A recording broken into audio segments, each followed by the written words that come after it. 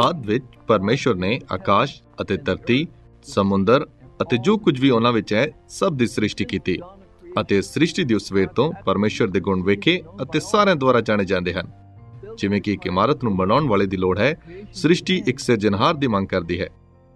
ਅਤੇ ਜਿਵੇਂ ਕਿ ਇੱਕ ਵਿਲੱਖਣ ਢਾਂਚਾ ਇੱਕ ਕੁਸ਼ਲ ਕਾਰੀਗਰ ਵੱਲ ਸੰਕੇਤ ਕਰਦਾ ਹੈ, ਸਾਡਾ ਅਦਭੁਤ ਵਿਸ਼ਵ ਇੱਕ ਅਚਰਜ ਸਿਰਜਣਹਾਰ ਦੀ ਮਹਿਮਾ ਨੂੰ ਪ੍ਰਗਟ ਕਰਦਾ ਹੈ। ਪਰਮੇਸ਼ਵਰ ਦੇ ਅਚੰਭੇ ਸਾਡੇ ਆਲੇ ਦੁਆਲੇ ਹਨ ਅਤੇ ਇਹ ਅਚੰਭੇ ਸਾਡੇ ਸਿਰਜਣਹਾਰ ਬਾਰੇ ਜ਼ਿਆਦਾ ਪ੍ਰਗਟ ਕਰਦੇ ਹਨ। ਸ੍ਰਿਸ਼ਟੀ ਰਾਹੀਂ ਅਸੀਂ ਉਸ ਦੀ ਸ਼ਕਤੀ ਅਤੇ ਬੁੱਧੀ ਦੀ ਝਲਕ ਵੇਖਦੇ ਹਾਂ, ਉਸ ਦੇ ਪ੍ਰਤਾਪ ਅਤੇ ਦੇਖ-ਰੇਖ ਦੀ। ਸ੍ਰਿਸ਼ਟੀ ਉਹਨਾਂ ਨਾਲ ਬੋਲ ਰਹੀ ਹੈ ਜੋ ਸੁਣਨਗੇ। ਮੈਂ ਡਾਕਟਰ ਜੌਨ ਵਿਟ ਕੌਂਭਾ, ਸਾਡੇ ਨਾਲ ਸ਼ਾਮਿਲ ਹੋਵੋ ਜਦੋਂ ਅਸੀਂ ਸ੍ਰਿਸ਼ਟੀ, ਵਿਵੇਕ ਅਤੇ ਪਰਮੇਸ਼ਵਰ ਦੇ ਮਹਿਮਾ ਦੀ ਖੋਜ ਕਰਦੇ ਹਾਂ।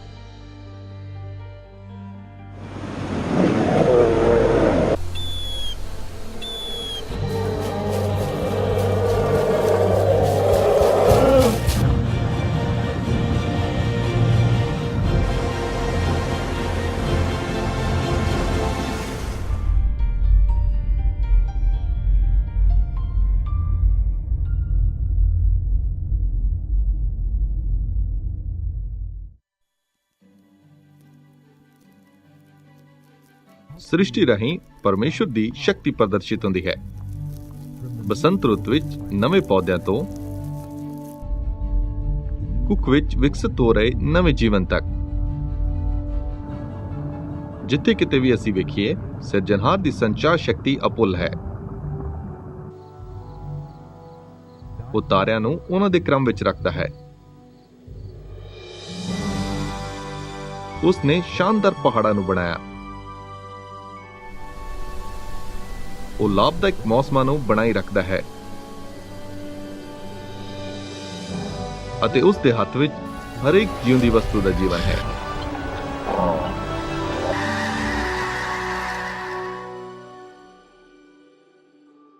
ਇਹ ਅਸਲੀਅਤ ਕਿ ਸਾਡੇ ਕੋਲ ਇੱਕ ਵਿਸ਼ਵ ਹੈ ਸਾਨੂੰ ਦੱਸਦਾ ਹੈ ਕਿ ਸਾਨੂੰ ਇੱਕ ਸਿਰਜਣਹਾਰ ਦੀ ਲੋੜ ਹੈ, ਕਿਉਂਕਿ ਤੁਸੀਂ ਵੇਖੋ ਕਿ ਵਿਸ਼ਵ ਦਾ ਇੱਕ ਆਰੰਭ ਹੈ ਅਤੇ ਇਸ ਲਈ ਕਾਰਨ ਦੀ ਮੰਗ ਕਰਦਾ ਹੈ। ਵਿਸ਼ਵ ਵਿੱਚ ਊਰਜਾ ਦਾ ਇੱਕ ਆਰੰਭ ਸੀ ਅਤੇ ਇਸ ਲਈ ਕਾਰਨ ਦੀ ਲੋੜ ਹੈ ਅਤੇ ਲੋਕ ਆਖਦੇ ਹਨ, ਚੰਗਾ ਠੀਕ ਹੈ, ਪਰਮੇਸ਼ਵਰ ਨੇ ਵਿਸ਼ਵ ਬਣਾਇਆ, ਪਰ ਤਦ ਪਰਮੇਸ਼ਵਰ ਨੂੰ ਕਿਸ ਨੇ ਬਣਾਇਆ? ਪਰ ਵੇਖੋ, ਪਰਮੇਸ਼ਵਰ ਸਦੀਪਕ ਹੈ, ਪਰਮੇਸ਼ਵਰ ਦਾ ਕੋਈ ਆਰੰਭ ਨਹੀਂ ਅਤੇ ਇਸ ਲਈ ਕਾਰਨ ਦੀ ਲੋੜ ਨਹੀਂ ਹੈ ਅਤੇ ਇਸ ਨੂੰ ਸਮਝਣਾ ਥੋੜਾ ਮੁਸ਼ਕਿਲ ਹੋ ਸਕਦਾ ਹੈ। ਪਰ ਸਦੀਪਕ ਪ੍ਰਾਣੀ ਹੋਣ ਬਾਰੇ ਇੱਥੇ ਕੁਝ ਵੀ ਅਸੰਗਤ ਨਹੀਂ। ਇੱਥੇ ਕੁਝ ਵੀ ਨਹੀਂ ਤਾਂ ਕੁਝ ਹੋਂਦ ਵਿੱਚ ਆਉਣ ਬਾਰੇ ਅਸੰਗਤ ਹੈ, ਕਿਉਂ ਜੋ ਕਾਰਨ ਅਤੇ ਪਰਿਣਾਮ ਨੂੰ ਭੰਗ ਕਰਦਾ ਹੈ।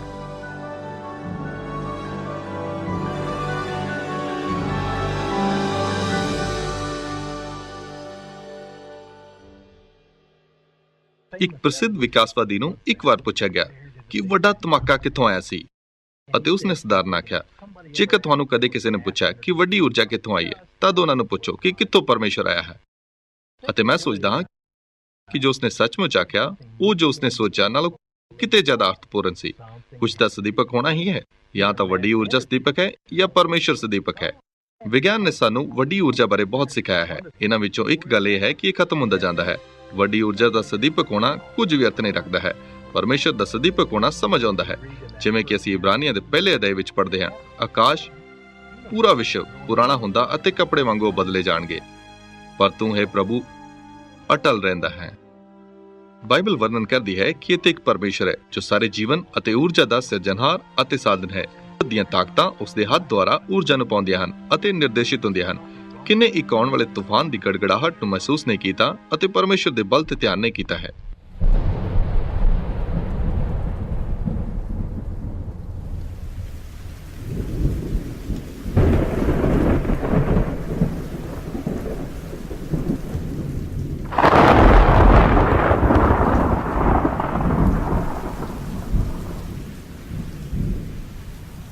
ਬਿਜਲੀ ਦੀ ਗੜਗੜਾਹਟ ਵਾਲਾ ਤੂਫਾਨ ਸਿਰਜਣਹਾਰ ਦੀ ਸ਼ਕਤੀ ਦਾ ਇੱਕ ਅਦਭੁਤ ਪ੍ਰਦਰਸ਼ਨ ਹੈ। ਇੱਕ ਔਸਤਨ ਗੜਗੜਾਹਟ ਵਾਲਾ ਤੂਫਾਨ ਕਈ ਸੈਂਕੜਾਂ ਲੱਖਾਂ ਗੈਲਨ ਪਾਣੀ ਨੂੰ ਵਹਾਉਂਦਾ ਹੈ, ਉਸ ਪਾਣੀ ਦੀ ਮਾਤਰਾ ਦੇ ਬਰਾਬਰ ਜੋ ਨਾਇਗਰਾ ਫਾਲ ਤੋਂ ਹਰੇਕ 6 ਮਿੰਟ ਤੇ ਡਿੱਗਦਾ ਹੈ। ਉਹੀ ਤੂਫਾਨ 1 ਕਰੋੜ ਕਿਲੋਵਾਟ ਘੰਟਿਆਂ ਦੀ ਊਰਜਾ ਨੂੰ ਪੈਦਾ ਕਰਦਾ ਹੈ, ਜੋ 20 ਕਿਲੋਟਨ ਪਰਮਾਣੂ ਯੁੱਧ ਦੇ ਬਰਾਬਰ ਹੈ। ਅਤੇ ਵੱਡੀ ਮਾਤਰਾ ਵਿੱਚ ਗੰਭੀਰ ਗੜਗੜਾਹਟ ਦੇ ਤੂਫਾਨ 10 ਗੁਣਾ ਜਾਂ ਇੱਥੋਂ ਤੱਕ ਕਿ 100 ਗੁਣਾ ਜ਼ਿਆਦਾ ਊਰਜਾ ਵਾਲੇ ਹੋ ਸਕਦੇ ਹਨ। ਕਿਸੇ ਵੀ ਪਲ ਸੈਂਕੜਾ ਤੂਫਾਨ ਸੰਸਾਰ ਵਿੱਚ ਕਿਤੇ ਵੀ ਆ ਸਕਦੇ ਹਨ। ਇਹ ਮਾਤਰਾ ਹਰ ਸਾਲ ਲਗਭਗ 1 ਕਰੋੜ 60 ਲੱਖ ਗੜਗੜਾਹਟ ਦੇ ਤੂਫਾਨਾਂ ਦੀ ਹੈ।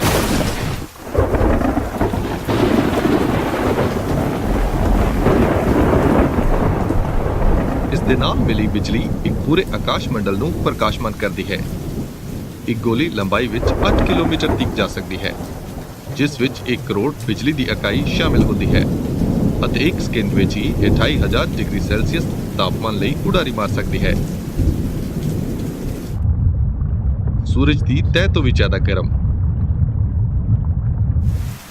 ਔਸਤਨ ਬਿਜਲੀ ਹਰ ਸਕਿੰਟ ਵਿੱਚ 100 ਗੁਣਾ ਧਰਤੀ ਨੂੰ ਮਾਰਦੀ ਹੈ। ਕਈ ਲੱਖਾਂ ਗੋਲੀਆਂ ਹਰ ਦਿਨ ਧਰਤੀ ਤੇ ਆਉਂਦੀਆਂ ਹਨ। ਭਿਆਨਕ ਸ਼ਕਤੀ, ਬੇਯਕੀਨੀ ਗਤੀ ਅਤੇ ਚਮਕੀਲਾ ਪ੍ਰਕਾਸ਼ ਸਾਡੇ ਸਿਰਜਣਹਾਰ ਦੀ ਸ੍ਰੇਸ਼ਟ ਸ਼ਕਤੀ ਦਾ ਸਪਸ਼ਟ ਪ੍ਰਗਟਾਓ ਹੈ। ਗੜਗੜਾਹਟ ਦੇ ਤੂਫਾਨ ਵਾਤਾਵਰਣ ਵਿੱਚ ਬੇਯਕੀਨਾ ਤੱਤ ਹੈ। ਉਹ ਅਚਰਜ ਹਨ, ਉਹ ਸ਼ਕਤੀਸ਼ਾਲੀ ਹਨ, ਉਹ ਡਰਾਉਣੇ ਹਨ। ਉਹਨਾਂ ਤੋਂ ਹਰ ਕਿਸਮ ਦੀ ਊਰਜਾ ਨਿਕਲਦੀ ਹੈ। ਉਹ ਜੋ ਮੁੱਢਲੇ ਤੌਰ ਤੇ ਹੋ ਰਿਹਾ ਹੈ ਕਿ ਗੜਗੜਾਹਟ ਦਾ ਤੂਫਾਨ ਸਾਡੇ ਵਾਤਾਵਰਣ ਵਿੱਚ ਸਿੱਧੇ ਸੰਕੇਤਾਂ ਦੁਆਰਾ ਵੱਡੀ ਮਾਤਰਾ ਵਿੱਚ ਊਰਜਾ ਨੂੰ ਦੇ ਰਿਹਾ ਹੈ। ਗੜਗੜਾਹਟ ਦੇ ਤੂਫਾਨ ਪਾਣੀ ਦੇ ਚੱਕਰ ਵਿੱਚ ਇੱਕ ਵੱਡਾ ਯੋਗਦਾਨ ਦਿੰਦੇ ਹਨ। ਜਲ ਚੱਕਰ ਵਿੱਚ ਪਾਣੀ ਸਮੁੰਦਰ ਤੋਂ ਭਾਫ਼ ਬਣ ਕੇ ਉੱਡਦਾ ਹੈ।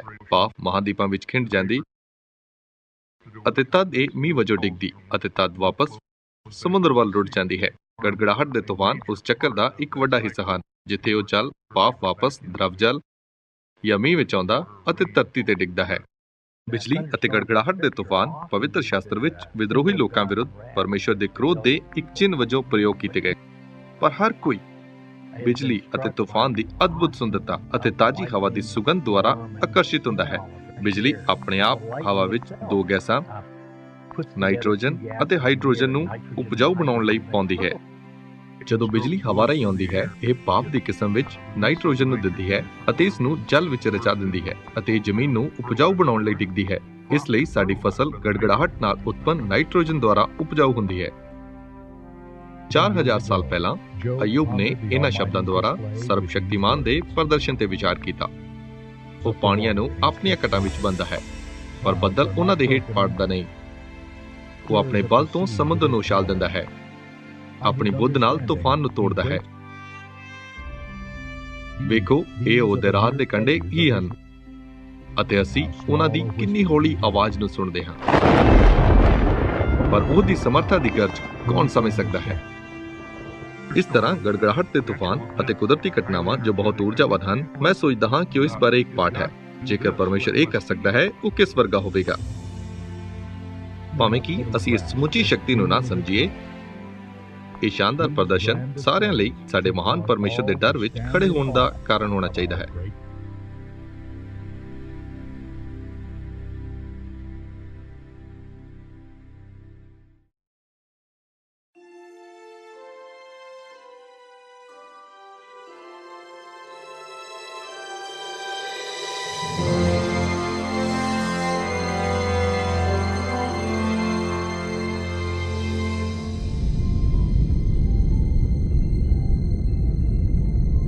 ਸਾਡਾ ਸੂਰਜ ਅਪਾਰ ਹੈ ਅਤੇ ਇਸ ਦੀ ਊਰਜਾ ਦੀ ਮਾਤਰਾ ਵਿਸ਼ਾਲ ਹੈ।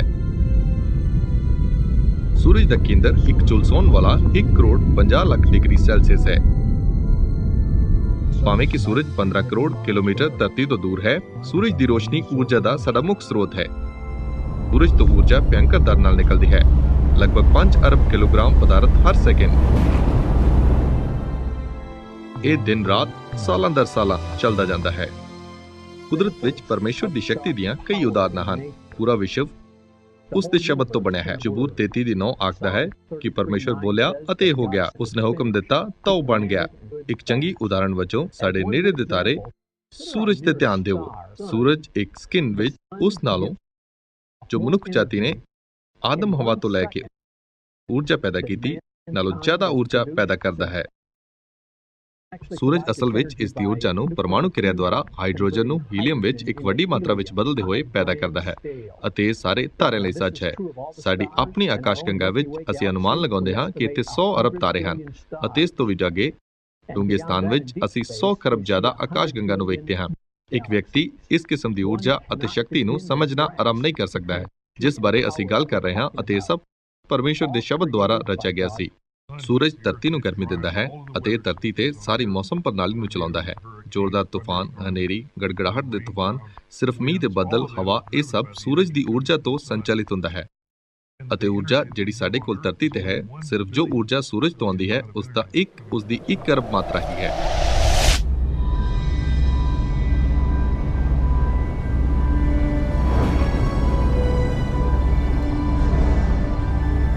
ਦ੍ਰਿਸ਼ਟੀਕੋਣ ਨੂੰ ਪ੍ਰਾਪਤ ਕਰਨ ਲਈ ਕੰਪਿਊਟਰ ਸਜੀਵਤਾ ਦੀ ਸਹਾਇਤਾ ਨਾਲ ਆਓ ਹੁਣ ਧਰਤੀ ਤੋਂ ਸੂਰਜ ਵੱਲ ਯਾਤਰਾ ਕਰੀਏ 100 ਗੁਣਾ ਚਾਨਣ ਦੀ ਗਤੀ ਨਾਲ।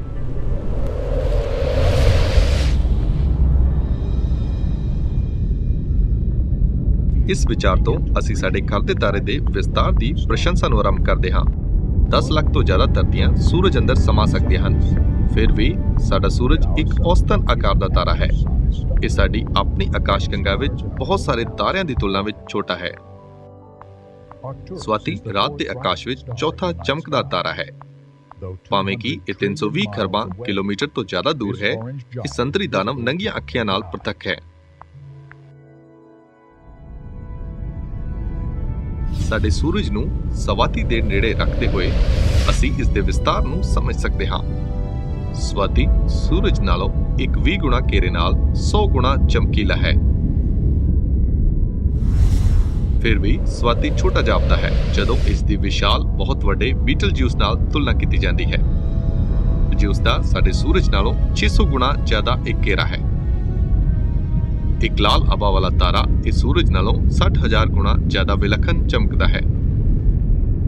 ਫਿਰ ਵੀ ਬੀਟਲਜੂਸ ਵੀ ਸਾਡੀ ਆਕਾਸ਼ਗੰਗਾ ਵਿੱਚ ਸਭ ਤੋਂ ਵੱਡਾ ਤਾਰਾ ਨਹੀਂ ਹੈ। ਕਈ ਲਾਲ ਵਿਸ਼ਾਲ ਆਕਾਰ ਦੇ ਆਕਾਸ਼ਗੰਗਾ ਵਿੱਚ ਇਸ ਤੋਂ ਵੀ ਵੱਡੇ ਹਨ। ਕੁਝ ਦਾ ਘੇਰਾ ਸਾਡੇ ਸੂਰਜ ਨਾਲੋਂ 15,000 ਗੁਣਾ ਜ਼ਿਆਦਾ ਹੈ।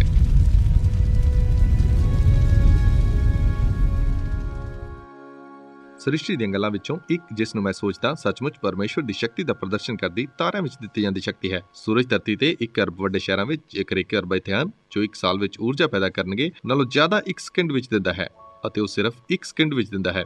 ਤੁਸੀਂ ਉਸ ਦੀ ਕਲਪਨਾ ਕਰ ਸਕਦੇ ਹੋ। ਅਤੇ ਯਕੀਨਨ ਇੱਥੇ ਤਾਰੇ ਹਨ ਜੋ ਕਿ ਸੂਰਜ ਨਾਲੋਂ ਵੀ ਜ਼ਿਆਦਾ ਸ਼ਕਤੀਸ਼ਾਲੀ ਹਨ, ਅਤੇ ਉਹ ਸਾਰੀ ਸ਼ਕਤੀ ਦੀ ਕਲਪਨਾ ਕਰੋ। ਉਹ ਸਾਰੇ ਤਾਰੇ, ਅਰਬਾਂ ਤਾਰੇ ਜਿਹੜੇ ਸਾਡੀ ਆਕਾਸ਼ਗੰਗਾ ਵਿੱਚ ਹਨ, ਅਰਬਾਂ ਤਾਰੇ ਦੂਜੀਆਂ ਆਕਾਸ਼ਗੰਗਾ ਵਿੱਚ ਵੀ, ਅਤੇ ਫਿਰ ਵੀ ਬਾਈਬਲ ਉਸ ਸਭ ਊਰਜਾ, ਉਸ ਸਭ ਸ਼ਕਤੀ ਦਾ ਇਕੱਲੇ ਇੱਕ ਕਥਨ ਉਸਨੇ ਤਾਰੇ ਵੀ ਬਣਾਏ ਨਾਲ ਵਰਣਨ ਕਰਦੀ ਹੈ। ਜਦੋਂ ਅਸੀਂ ਧਿਆਨ ਕਰਦੇ ਹਾਂ ਕਿ ਇਹ ਅਨੁਪਾਤ ਸਾਡੇ ਸਿਰਜਣਹਾਰ ਦੀ ਸ਼ਕਤੀ ਦੀ ਸਿਰਫ ਇੱਕ ਤਾਰ ਹੀ ਹੈ, ਯਕੀਨਨ ਅਸੀਂ ਭਜਨਕਾਰ ਨਾਲ ਸਹਿਮਤ ਹੋ ਸਕਦੇ ਹਾਂ ਜਦੋਂ ਉਪਦੇਸ਼ ਦਿੰਦਾ ਹੈ, ਸਾਰੀ ਧਰਤੀ ਯਹੋਵਾ ਦਾ ਡਰ ਰੱਖੇ। ਯਕੀਨਨ ਤਾਰੇ ਅਨੁਭਵਹੀਨ ਸ਼ਕਤੀ ਨਾਲੋਂ ਜ਼ਿਆਦਾ ਪ੍ਰਗਟ ਕਰਦੇ ਹਨ। ਸੂਰਜ ਦੀ ਰੋਸ਼ਨੀ ਤੋਂ ਬਿਨਾਂ ਧਰਤੀ ਤੇ ਸਾਰਾ ਜੀਵਨ ਛੇਤੀ ਹੀ ਨਾਸ ਹੋ ਜਾਵੇਗਾ। ਸੂਰਜ ਦਾ ਊਰਜਾ ਦਿੰਦਾ ਜੀਵਨ ਸਾਡੇ ਸਿਰਜਣਹਾਰ ਦੇ ਅਟਲ ਪਿਆਰ ਦੀ ਨਿਰੰਤਰ ਯਾਦਗਿਰੀ ਨੂੰ ਪ੍ਰਦਾਨ ਕਰਦਾ ਹੈ। ਪਰਮੇਸ਼ਵਰ ਜੋ ਉਸ ਦੇ ਚਾਨਣ ਦੇ ਦਾਨ ਨੂੰ ਸਭਨਾਂ ਤੇ ਚਮਕਾਉਂਦਾ ਹੈ।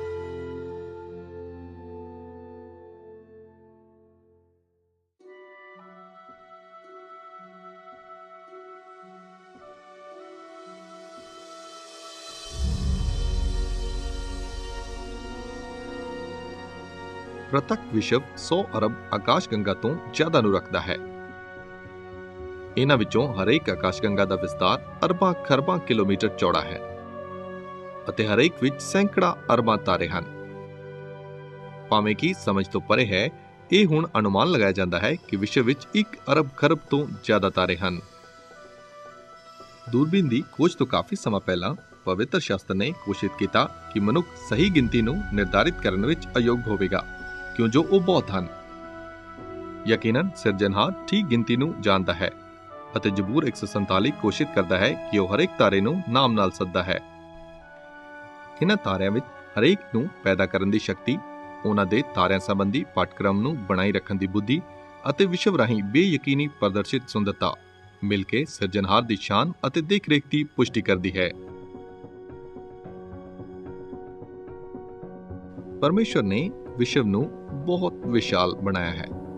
ਮਨੁੱਖ ਸਿਰਫ ਇਸ ਵਿਸ਼ਵ, ਇਸ ਦੀ ਵਿਸ਼ਾਲਤਾ ਤੇ ਅਚੰਭਾ ਕਰ ਸਕਦਾ ਹੈ, ਅਤੇ ਮੈਂ ਆਖਦਾ ਹਾਂ, ਪਰਮੇਸ਼ਵਰ ਤੂੰ ਬਹੁਤ ਮਹਾਨ ਹੈ। ਅਤੇ ਜੋ ਦਾਊਦ ਨੇ ਆਖਿਆ ਉਸ ਬਾਰੇ ਸੋਚਦਾ ਹਾਂ, ਜਦ ਮੈਂ ਆਕਾਸ਼ ਨੂੰ ਵੇਖਦਾ ਹਾਂ ਜਿਹੜਾ ਤੇਰੀ ਦਸਤਕਾਰੀ ਹੈ, ਨਾਲੇ ਚੰਦ ਅਤੇ ਤਾਰਿਆਂ ਨੂੰ ਜਿਹੜੇ ਤੈਂ ਕਾਇਮ ਕੀਤੇ ਹਨ, ਤਾਂ ਇਨਸਾਨ ਕੀ ਹੈ ਜੋ ਤੂੰ ਉਸ ਨੂੰ ਚੇਤੇ ਵਿੱਚ ਲਿਆਵੇਂ, ਅਤੇ ਆਦਮੀ ਜਾਏ ਕੀ ਜੋ ਤੂੰ ਉਸ ਦੀ ਸੁਧ ਲਵੇਂ। ਇਹ ਅਨੁਮਾਨ ਲਗਾਇਆ ਜਾਂਦਾ ਹੈ ਕਿ ਸਾਡੀ ਆਕਾਸ਼ਗੰਗਾ ਵਿੱਚ 100 ਅਰਬ ਤਾਰੇ ਹਨ।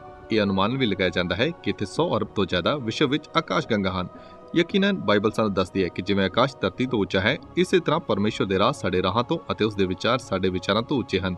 ਇਸ ਲਈ ਕੁਝ ਪਲ ਇਸ ਤੇ ਮਨਨ ਕਰੋ। ਸੋਚੋ ਕਿ ਵਿਸ਼ਵ ਧਰਤੀ ਦੀ ਤੁਲਨਾ ਵਿੱਚ ਕਿੰਨਾ ਵੱਡਾ ਹੈ, ਜੋ ਤੁਲਨਾ ਵਿੱਚ ਇੱਕ ਪਿੰਨ ਦੀ ਨੋਕ ਹੈ। ਪਰਮੇਸ਼ਵਰ ਦਾ ਵਿਸ਼ਵ ਕਿੰਨਾ ਵੱਡਾ ਹੈ। ਚਾਨਣ ਦੀ ਗਤੀ ਨਾਲ ਯਾਤਰਾ ਕਰਦੇ ਹੋਏ 3 ਲੱਖ ਕਿਲੋਮੀਟਰ ਪਰ ਸੈਕਿੰਡ। ਅਸੀਂ ਇੱਕ ਸਕਿੰਟ ਵਿੱਚ 7 ਵਾਰ ਧਰਤੀ ਦੇ ਚੱਕਰ ਲਗਾ ਸਕਦੇ ਹਾਂ। ਫਿਰ ਵੀ ਜਾਣੂ ਵਿਸ਼ਵ ਲਈ ਚਾਨਣ ਦੀ ਗਤੀ ਤੇ ਯਾਤਰਾ ਕਰਨ ਲਈ 28 ਅਰਬ ਸਾਲ ਜਾਂ ਜ਼ਿਆਦਾ ਲੱਗਣਗੇ।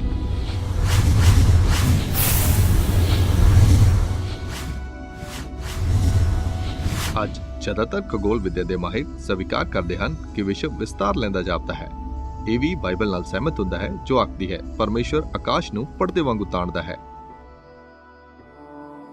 ਇੱਥੇ ਵਿਗਿਆਨਕ ਦੂਰਦ੍ਰਿਸ਼ਟੀ ਲਈ ਬਾਈਬਲ ਦੀਆਂ ਕੁਝ ਉਦਾਹਰਨਾਂ ਹਨ। ਇੱਕ ਉਦਾਹਰਨ ਜੋ ਮਨ ਵਿੱਚ ਆਉਂਦੀ ਯਸ਼ਾਇਆ 40:22 ਹੈ, ਜੋ ਪਰਮੇਸ਼ਵਰ ਦੇ ਆਕਾਸ਼ਾਂ ਨੂੰ ਇੱਕ ਤੰਬੂ ਵਜੋਂ ਤਾਣਨ ਬਾਰੇ ਗੱਲ ਕਰਦੀ ਹੈ। ਅਤੇ ਤੁਸੀਂ ਕਹਿ ਸਕਦੇ ਹੋ ਠੀਕ ਉਹ ਇੱਕ ਕਵੀ ਢੰਗ ਵਿੱਚ ਲਿਖਿਆ ਗਿਆ ਹੈ, ਇਸ ਲਈ ਸਾਨੂੰ ਸਾਵਧਾਨ ਹੋਣਾ ਚਾਹੀਦਾ ਹੈ। ਅਤੇ ਫਿਰ ਵੀ ਇੱਥੋਂ ਘੱਟੋ ਘੱਟ ਦੂਜੇ 10 ਸਥਾਨ ਹਨ ਜਿੱਥੇ ਬਾਈਬਲ ਆਕਾਸ਼ ਨੂੰ ਇਸ ਤੰਬੂ ਵਾਂਗ ਤਾਣਨ ਬਾਰੇ ਬੋਲਦੀ ਹੈ। ਅਤੇ ਕੁਝ ਅਜਿਹਾ ਸੀ ਜੋ ਸਿਰਫ 20ਵੀਂ ਸਦੀ ਵਿੱਚ ਖੋਜ ਕੀਤਾ ਗਿਆ ਕਿ ਸੱਚਮੁੱਚ ਯਥਾਰਥ ਵਿੱਚ ਸਾਰੀਆਂ ਆਕਾਸ਼ ਗੰਗਾ ਇੱਕ ਦੂਜੇ ਤੋਂ ਇੰਜ ਦੂਰ ਹੁੰਦੀਆਂ ਜਾਪਦੀਆਂ ਹਨ ਜਿਵੇਂ ਕਿ ਸਾਰਾ ਵਿਸ਼ਵ ਤਾਣਿਆ ਹੋਵੇ ਅਤੇ ਵਿਸਤਾਰ ਕੀਤਾ ਗਿਆ ਹੋਵੇ, ਠੀਕ ਉਵੇਂ ਜਿਵੇਂ ਕਿ ਬਾਈਬਲ ਆਖਦੀ ਹੈ। ਉਹ ਪ੍ਰਤੱਖ ਤੌਰ ਤੇ ਕੁਝ ਅਜਿਹਾ ਨਹੀਂ ਜਿਸ ਦਾ ਲੋਕਾਂ ਨੇ ਪੁਰਾਤਨ ਸਮੇਂ ਵਿੱਚ ਗੌਰ ਕੀਤਾ ਸੀ। ਉਹ ਕੁਝ ਅਜਿਹਾ ਹੈ ਜੋ ਉਹਨਾਂ ਤੇ ਉੱਪਰ ਤੋਂ ਪ੍ਰਗਟ ਕੀਤਾ ਗਿਆ ਹੋਣਾ ਸੀ। ਕਲਪਨਾ ਤੋਂ ਪਰੇ ਵਿਸ਼ਾਲ, ਦਰਸ਼ਨੀ ਆਕਾਸ਼ ਗੰਗਾ ਅਤੇ ਗਜਬ ਦੀ ਨਿਹਾਰਿਕਾ ਰੱਖੇ। ਸੱਚਮੁੱਚ ਆਕਾਸ਼ ਪਰਮੇਸ਼ਵਰ ਦੀ ਮਹਿਮਾ ਦਾ ਵਰਣਨ ਕਰਦੇ ਹਨ।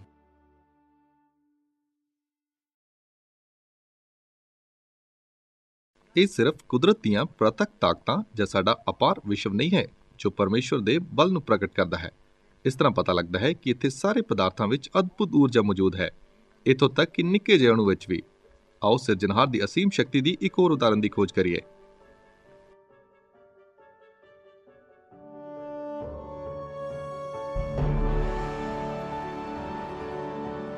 ਪਿਛਲੀ ਸਦੀ ਵਿੱਚ ਵਿਗਿਆਨੀਆਂ ਨੇ ਸਾਰੇ ਪਦਾਰਥਾਂ ਵਿੱਚ ਵਿਸ਼ਾਲ ਊਰਜਾ ਨੂੰ ਖੋਜਿਆ ਹੈ। ਹੁਣ ਪ੍ਰਸਿੱਧ ਸਮੀਕਰਨ E=mc² ਵਰਣਨ ਕਰਦਾ ਹੈ ਕਿ ਕਿਸੇ ਵੀ ਪਦਾਰਥ ਦੀ ਸੰਭਾਵੀ ਊਰਜਾ ਨੂੰ ਇਸ ਦੀ ਮਾਤਰਾ ਦੇ ਸਮੇਂ ਵਿੱਚ ਚਾਨਣ ਦੇ ਖਿੰਡੇ ਜਾਣ ਦੀ ਗਤੀ ਦੇ ਬਰਾਬਰ ਹੈ। 20ਵੀਂ ਸਦੀ ਦੀਆਂ ਖੋਜਾਂ ਵਿੱਚੋਂ ਇੱਕ ਸਭ ਤੋਂ ਵੱਡੀ ਖੋਜ E=mc² ਦੀ ਖੋਜ ਸੀ। ਉਹ ਛੋਟਾ ਸਮੀਕਰਨ ਜਿਸ ਬਾਰੇ ਜ਼ਿਆਦਾ ਲੋਕਾਂ ਨੇ ਸੁਣਿਆ ਹੈ, ਪਰ ਹੋ ਸਕਦਾ ਹੈ ਉਹ ਨਹੀਂ ਜਾਣਦੇ ਕਿ ਇਸ ਦਾ ਕੀ ਅਰਥ ਹੈ। ਇਸ ਦਾ ਅਸਲ ਅਰਥ ਹੈ ਕਿ ਊਰਜਾ ਕੋਲ ਮਾਤਰਾ ਹੈ। ਇਸ ਦਾ ਅਰਥ ਇਹ ਨਹੀਂ ਕਿ ਊਰਜਾ ਮਾਤਰਾ ਲਈ ਬਦਲੀ ਜਾ ਸਕਦੀ। ਊਰਜਾ ਅਸਲ ਵਿੱਚ ਮਾਤਰਾ ਨੂੰ ਰੱਖਦੀ ਹੈ। ਊਰਜਾ ਕੁਝ ਭਾਰ ਨੂੰ ਰੱਖਦੀ ਹੈ, ਇੱਥੋਂ ਤੱਕ ਕਿ ਚਾਨਣ ਜੋ ਇਸ ਕਮਰੇ ਤੋਂ ਆ ਰਿਹਾ ਹੈ, ਜੇਕਰ ਮੈਂ ਇਸ ਨੂੰ ਇੱਕ ਤੱਕੜੀ ਤੇ ਰੱਖਾਂ, ਇਸ ਦਾ ਥੋੜਾ ਜਿਹਾ ਭਾਰ ਹੋਵੇਗਾ। ਪਿਛਲੀ ਸਦੀ ਵਿੱਚ ਵਿਗਿਆਨੀਆਂ ਨੇ ਪਰਮਾਣੂ ਊਰਜਾ ਦੇ ਸਿਧਾਂਤ ਦੀ ਖੋਜ ਕੀਤੀ ਹੈ। ਇਸ ਵਿੱਚ ਐਲਬਰਟ ਆਇਨਸਟਾਈਨ ਦੁਆਰਾ ਪ੍ਰਸਿੱਧ ਫਾਰਮੂਲਾ E=mc² ਸ਼ਾਮਿਲ ਹੈ। ਇਸ ਫਾਰਮੂਲੇ ਵਿੱਚ m ਦਾ ਅਰਥ ਮਾਸ ਅਰਥਾਤ ਦਰਵਮਾਨ ਮਾਤਰਾ ਹੈ ਜਾਂ ਪਦਾਰਥ ਹੈ, ਅਤੇ c ਚਾਨਣ ਦੀ ਗਤੀ ਹੈ। ਇੱਥੇ ਪ੍ਰਗਟਾਵਾ ਇਹ ਆਖਦਾ ਹੈ ਮਾਤਰਾ ਜਾਂ ਪਦਾਰਥ ਨੂੰ ਲੈ ਕੇ ਇਸ ਨੂੰ ਪੂਰੀ ਤਰ੍ਹਾਂ ਊਰਜਾ ਵਿੱਚ ਬਦਲਣਾ ਸੰਭਵ ਹੈ। ਤੁਸੀਂ ਇੱਕ ਦਰਵਮਾਨ ਮਾਤਰਾ ਨੂੰ ਲਵੋ ਅਤੇ ਤੁਸੀਂ ਇਸ ਨੂੰ ਪੂਰੀ ਤਰ੍ਹਾਂ ਨਸ਼ਟ ਕਰੋ ਅਤੇ ਇਸ ਤੋਂ ਚਾਨਣ, ਆਵਾਜ਼, ਸ਼ਕਤੀ ਅਤੇ ਊਰਜਾ ਆਵੇਗੀ। ਅਤੇ ਇਸ ਦਾ ਇਹ ਵੀ ਅਰਥ ਹੈ ਕਿ ਜੇਕਰ ਅਸੀਂ ਸਿਰਫ ਥੋੜੀ ਜਿਹੀ ਮਾਤਰਾ ਲਈਏ ਅਤੇ ਇਸ ਤੋਂ ਊਰਜਾ ਦਾ ਪ੍ਰਯੋਗ ਕਰੀਏ, ਅਸੀਂ ਸੱਚਮੁੱਚ ਬੇਯਕੀਨੀ ਗੱਲਾਂ ਕਰ ਸਕਦੇ ਹਾਂ। ਤੁਸੀਂ ਉਸ ਸਮੀਕਰਨ ਨੂੰ ਵੇਖੋ। ਉਹ ਸਮੀਕਰਨ E=mc² ਵਿੱਚ c ਚਾਨਣ ਦੀ ਗਤੀ ਹੈ ਜੋ ਯਕੀਨਨ ਵਿਸ਼ਾਲ ਹੈ, ਅਤੇ c² ਖੁਦ ਚਾਨਣ ਦੀ ਗਤੀ ਦਾ ਗੁਣਾ ਹੈ ਜੋ ਬਹੁਤ ਜ਼ਿਆਦਾ ਵਿਸ਼ਾਲ ਹੈ। ਇਸ ਤਰ੍ਹਾਂ ਉਹ ਸਾਨੂੰ ਦੱਸਦਾ ਹੈ ਕਿ ਮਾਤਰਾ ਦੇ ਨਿੱਕੇ ਜਿਹੇ ਹਿੱਸੇ ਵਿੱਚ ਵੀ ਇਸ ਨਾਲ ਅਣਗਿਣਤ ਊਰਜਾ ਦੀ ਮਾਤਰਾ ਮਿਲੀ ਹੋਈ ਹੈ। ਕਿਸੇ ਵੀ ਦਰਵਮਾਨ ਮਾਤਰਾ ਦੀ ਅਦਭੁਤ ਪ੍ਰਸ਼ੰਸਾ ਲਈ ਗੌਰ ਕਰੋ ਕਿ ਪਰਮਾਣੂ ਰਿਐਕਟਰ ਪੂਰੀ ਮਾਤਰਾ ਵਿੱਚੋਂ ਉਸ ਦੀ ਬਾਲਣ ਦੀ ਊਰਜਾ ਦੇ ਇੱਕ ਨਿੱਕੇ ਜਿਹੇ ਖੰਡ ਨੂੰ ਹੀ ਬਦਲਦਾ ਹੈ। ਜੇਕਰ ਇਸ ਤਰ੍ਹਾਂ ਅਸੀਂ ਸਾਰੀ ਮਾਤਰਾ ਨੂੰ ਊਰਜਾ ਵਿੱਚ ਬਦਲਣ ਦੇ ਯੋਗ ਹੁੰਦੇ, ਨਤੀਜਾ ਬਹੁਤ ਜ਼ਿਆਦਾ ਹੋਵੇਗਾ। ਉਦਾਹਰਨ ਲਈ ਇੱਕ ਔਸਤਨ ਆਕਾਰ ਦੇ ਰੁੱਖ ਦੀ ਮਾਤਰਾ ਊਰਜਾ ਵਿੱਚ ਬਦਲੀ ਜਾ ਸਕਦੀ ਹੈ। ਪ੍ਰਾਪਤ ਹੋਈ ਸ਼ਕਤੀ 45 ਖਰਬ ਕਿਲੋਵਾਟ ਘੰਟੇ ਹੋਵੇਗੀ। ਤੁਲਨਾ ਦੇ ਢੰਗ ਦੁਆਰਾ USA ਹਰ ਸਾਲ ਬਿਜਲੀ ਊਰਜਾ ਦੇ 4 ਖਰਬ ਕਿਲੋਵਾਟ ਘੰਟੇ ਪੈਦਾ ਕਰਦਾ ਹੈ। ਇਸ ਤਰ੍ਹਾਂ ਜੇਕਰ ਇਕੱਲੇ ਰੁੱਖ ਦੀ ਮਾਤਰਾ ਊਰਜਾ ਵਿੱਚ ਬਦਲੀ ਜਾਂਦੀ ਅਤੇ ਉਹ ਊਰਜਾ ਪ੍ਰਯੋਗ ਕੀਤੀ ਜਾਂਦੀ, ਇਹ ਪੂਰੇ ਅਮਰੀਕਾ ਨੂੰ 10 ਸਾਲ ਦੀ ਬਿਜਲੀ ਦੀ ਊਰਜਾ ਪ੍ਰਦਾਨ ਕਰੇਗੀ। ਜਾਂ ਇਸ ਤੋਂ ਅੱਗੇ ਦ੍ਰਿਸ਼ਟਾਂਤ ਲਈ ਇੱਕ ਲੂਣ ਦੇ ਦਾਣੇ ਦੇ ਅੰਦਰ ਸੰਭਾਵੀ ਊਰਜਾ ਇੱਕ ਪੂਰੇ ਘਰਾਣੇ ਨੂੰ ਕਈ ਮਹੀਨਿਆਂ ਤੱਕ ਸ਼ਕਤੀ ਦੇ ਸਕਦੀ ਹੈ। ਭਾਵੇਂ ਕਿ ਵਿਗਿਆਨੀਆਂ ਨੇ ਊਰਜਾ, ਮਾਤਰਾ ਅਤੇ ਜੋ ਪਦਾਰਥ ਨੂੰ ਇਕੱਠਾ ਰੱਖਦਾ ਬਾਰੇ ਬਹੁਤ ਕੁਝ ਸਿੱਖਣਾ ਹੈ, ਉਹਨਾਂ ਖੋਜ ਕੀਤੀ ਹੈ ਕਿ ਸਾਰੇ ਪਦਾਰਥ ਵਿੱਚ ਸਮਾਈ ਹੋਈ ਊਰਜਾ ਸਮਝ ਤੋਂ ਪਰੇ ਵਿਸ਼ਾਲ ਹੈ। ਪਵਿੱਤਰ ਸ਼ਾਸਤਰ ਵਿਆਖਿਆ ਕਰਦਾ ਹੈ ਕਿ ਇਹ ਖੁਦ ਯਹੋਵਾ ਹੈ ਜੋ ਉਸ ਦੇ ਵਚਨ ਦੀ ਸ਼ਕਤੀ ਰਾਹੀਂ ਸਾਰੀਆਂ ਵਸਤੂਆਂ ਨੂੰ ਬਣਾਈ ਰੱਖਦਾ ਹੈ। ਉਸ ਵਿੱਚ ਹਰ ਅਣੂ, ਹਰੇਕ ਸੈੱਲ, ਹਰ ਤਾਰਾ ਅਤੇ ਪੂਰਾ ਵਿਸ਼ਵ ਸ਼ਾਮਿਲ ਹੈ। ਇਹ ਹੁਣ ਨਿਰਸੰਦੇਹ ਹੈ ਕਿ ਸਰਬ ਸ਼ਕਤੀਮਾਨ ਨੇ ਇੱਕ ਵਿਸ਼ਵ ਨੂੰ ਅਸੀਮ ਊਰਜਾ ਨਾਲ ਬਣਾਇਆ ਹੈ। ਇੱਥੇ ਕਿਸੇ ਨੇ ਹੋਣਾ ਹੈ, ਕੁਝ ਨੇ ਨਹੀਂ, ਕਿਉਂ ਜੋ ਵਸਤਾਂ ਖਤਮ ਹੁੰਦੀਆਂ ਜਾਂਦੀਆਂ ਹਨ। ਜਿਵੇਂ ਕਿ ਤਾਪਗਤੀ ਦੇ ਵਿਗਿਆਨ ਦੇ ਦੂਜੇ ਨਿਯਮ ਵਿੱਚ ਆਖਿਆ ਗਿਆ ਹੈ, ਇੱਥੇ ਆਰੰਭ ਅਤੇ ਅੰਤ ਤੋਂ ਬਿਨਾਂ ਕੁਝ ਹੋਣਾ ਹੈ, ਜਿਸ ਕੋਲ ਅਣੂ ਤੋਂ ਲੈ ਕੇ ਅਣੂ ਦੇ ਸੰਗਠਿਤ ਹੋਣ ਤੋਂ ਲੈ ਕੇ ਵਿਸ਼ਵ ਤੱਕ ਅਤੇ ਇਸ ਤੋਂ ਵੀ ਅੱਗੇ ਤੱਕ ਰੱਖਣ ਲਈ ਬੇਯਕੀਨੀ ਅਸੀਮ ਸਮਝ, ਸ਼ਕਤੀ ਅਤੇ ਗਿਆਨ ਅਤੇ ਬੁੱਧੀ ਹੈ। ਜਦੋਂ ਅਸੀਂ ਪਰਮੇਸ਼ਵਰ ਦੀ ਸ਼ਕਤੀ ਦੀਆਂ ਕਈ ਉਦਾਹਰਨਾਂ ਨੂੰ ਵੇਖਦੇ ਹਾਂ, ਇਹ ਸਾਡੇ ਦਿਲਾਂ ਵਿੱਚ ਡਰ ਅਤੇ ਆਦਰ ਦੀ ਇੱਕ ਸਮਝ ਨੂੰ ਬੁਲਾਵੇਗਾ। ਬਾਈਬਲ ਸਾਨੂੰ ਦੱਸਦੀ ਹੈ ਕਿ ਪਰਮੇਸ਼ਵਰ ਦਾ ਭੈ ਬੁੱਧ ਦਾ ਮੂਲ ਹੈ। ਪ੍ਰਭੂ ਦਾ ਡਰ ਬੁਰਾਈ ਨਾਲ ਨਫ਼ਰਤ ਕਰਨਾ ਹੈ। ਪ੍ਰਭੂ ਦਾ ਡਰ ਜੀਵਨ ਵਿੱਚ ਅਗਵਾਈ ਕਰਦਾ ਹੈ। ਇਸ ਲਈ ਪਰਮੇਸ਼ਵਰ ਦੇ ਇਖਤਿਆਰ ਦਾ ਸਹੀ ਜਵਾਬ ਉਸ ਦੀ ਆਰਾਧਨਾ ਕਰਨਾ ਅਤੇ ਸਾਡੇ ਪਾਪਾਂ ਲਈ ਉਸ ਦੀ ਦਇਆ ਅਤੇ ਮਾਫੀ ਨੂੰ ਮੰਗਣਾ ਹੈ। ਨਬੀ ਯਿਰਮੀਆ ਨੇ ਘੋਸ਼ਿਤ ਕੀਤਾ, ਹੇ ਪ੍ਰਭੂ ਯਹੋਵਾ, ਵੇਖ, ਤੈਂ ਆਕਾਸ਼ ਅਤੇ ਧਰਤੀ ਨੂੰ ਵੱਡੀ ਸ਼ਕਤੀ ਅਤੇ ਪਸਾਰੀ ਹੋਈ ਬਾਂਹ ਨਾਲ ਬਣਾਇਆ ਅਤੇ ਤੇਰੇ ਲਈ ਕੋਈ ਕੰਮ ਕਠਿਨ ਨਹੀਂ ਹੈ। ਨਿਸ਼ਚਿਤ ਸ੍ਰਿਸ਼ਟੀ ਪਰਮੇਸ਼ਵਰ ਦੇ ਸਰਬ ਸ਼ਕਤੀਸ਼ਾਲੀ ਹੋਣ ਨੂੰ ਪ੍ਰਗਟ ਕਰਦੀ ਹੈ, ਪਰ ਇੱਥੇ ਹੋਰ ਵੀ ਜ਼ਿਆਦਾ ਹੈ। ਭਾਵੇਂ ਕਿ ਵਿਸ਼ਵ ਸਰਾਪ ਦੁਆਰਾ ਵਿਗੜਿਆ ਹੈ, ਸਿਰਜਣਹਾਰ ਦੀ ਬੁੱਧੀ, ਸੁੰਦਰਤਾ ਅਤੇ ਪਿਆਰ ਅਜੇ ਵੀ ਪ੍ਰਤੱਖ ਹੈ।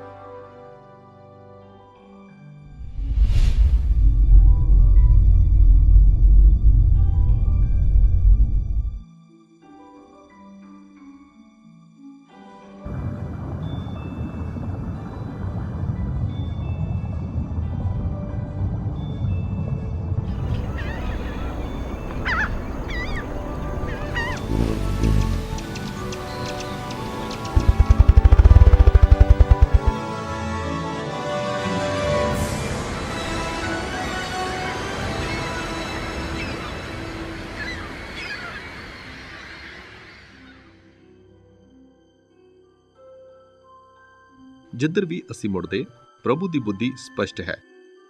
ਪਾਣੀ ਦੀ ਸੰਪਤੀ ਦਾ ਅਧਿਐਨ ਕਰੋ। ਇਹ ਆਕਰਸ਼ਕ ਅਣੂ ਜੀਵਨ ਲਈ ਲਾਜ਼ਮੀ ਹੈ। ਇਸ ਲਈ ਸਾਡੇ ਦਿਆਲੂ ਪਰਮੇਸ਼ਵਰ ਨੇ ਧਰਤੀ ਨੂੰ ਇਸ ਦੀ ਸਤ੍ਹਾ ਤੇ ਝਰਨਿਆਂ, ਝੀਲਾਂ ਅਤੇ ਸਮੁੰਦਰਾਂ ਨਾਲ ਢੱਕਿਆ ਹੈ। ਪਾਣੀ ਹਰੇਕ ਸੈੱਲ ਅਤੇ ਪ੍ਰਾਣੀ ਦੇ ਜੀਵਨ ਦੀ ਸਹਾਇਤਾ ਲਈ ਸਿੱਧਤਾ ਨਾਲ ਤਿਆਰ ਕੀਤਾ ਗਿਆ ਹੈ। ਇਹ ਇੱਕ ਉੱਤਮ ਘੋਲ ਦੇਣ ਵਾਲਾ, ਠੰਡਾ ਅਤੇ ਢੋਣ ਦੇ ਯੋਗ ਹੈ। ਜਾਂ ਕੀੜਿਆਂ ਦੇ ਸੰਸਾਰ ਦੀ ਜਾਂਚ ਕਰੋ। ਇਹਨਾਂ ਅਦਭੁਤ ਪ੍ਰਾਣੀਆਂ ਵਿੱਚੋਂ ਹਰੇਕ ਕੁਸ਼ਲ ਯੋਗਤਾਵਾਂ ਨਾਲ ਸੰਪੰਨ ਹਨ, ਜੋ ਮਨੁੱਖ ਦੀ ਬਣਾਈ ਕਿਸੇ ਵੀ ਚੀਜ਼ ਤੋਂ ਅੱਗੇ ਜ਼ਿਆਦਾ ਹਨ।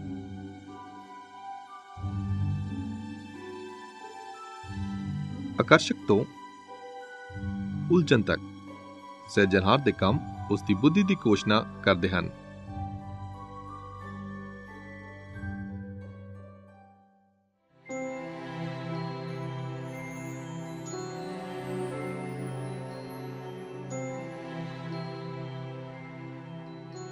ਹਜ਼ਾਰਾਂ ਸਾਲ ਪਹਿਲਾਂ ਪਰਮੇਸ਼ਵਰ ਨੇ ਅਯੂਬ ਨੂੰ ਪੁੱਛਿਆ ਕਿ ਤੂੰ ਬਰਫ਼ ਦੇ ਖਜ਼ਾਨੇ ਕੋਲ ਗਿਆ।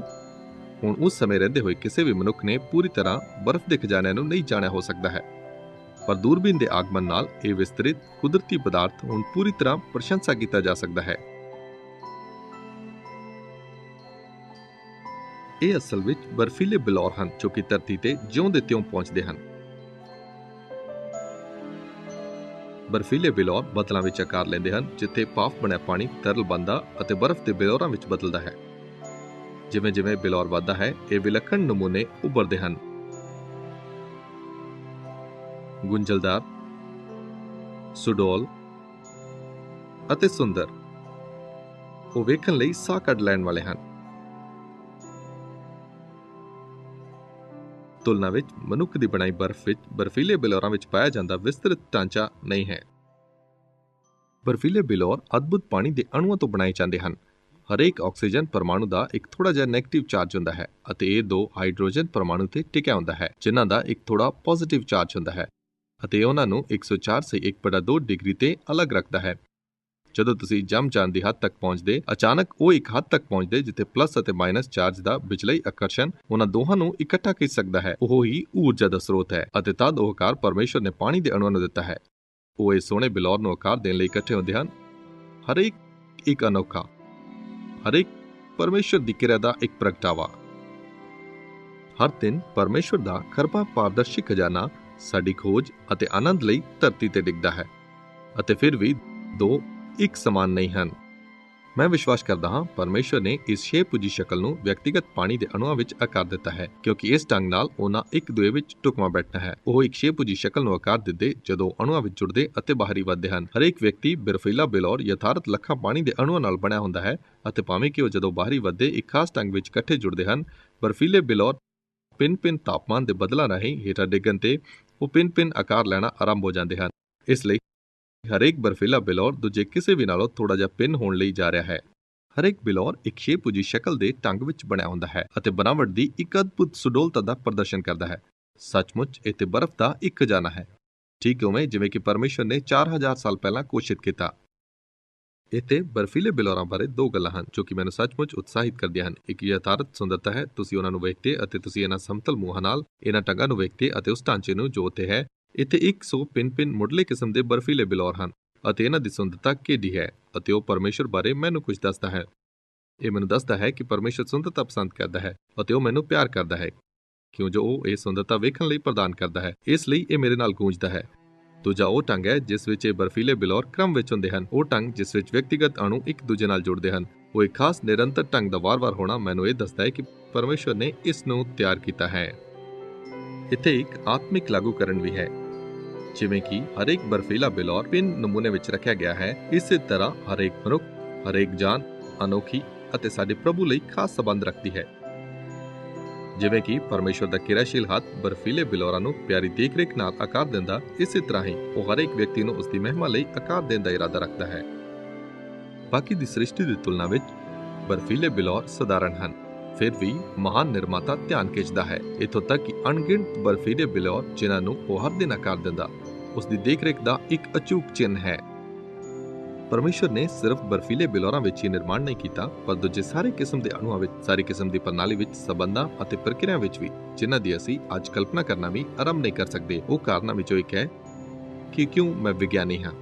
ਮੈਂ ਇਹ ਲੱਭਣ ਦੀ ਕੋਸ਼ਿਸ਼ ਕਰਦਾ ਹਾਂ ਕਿ ਕਿਵੇਂ ਵਸਤਾਂ ਕਿਰਿਆਵਾਂ ਕਰਦੀਆਂ, ਉਹ ਕਿਵੇਂ ਕੰਮ ਕਰਦੀਆਂ ਹਨ ਅਤੇ ਉਹਨਾਂ ਦੇ ਹਿਸਾਬ ਦੇ ਸਮੀਕਰਨ ਨੂੰ ਲਾਗੂ ਕਰਦਾ ਹਾਂ, ਕਿਉਂ ਜੋ ਮੈਂ ਮਹਿਸੂਸ ਕਰਦਾ ਹਾਂ ਜਿਵੇਂ ਕਿ ਮੈਂ ਪਰਮੇਸ਼ਰ ਦੇ ਮੂੰਹ ਨੂੰ ਛੂ ਰਿਹਾ ਹਾਂ।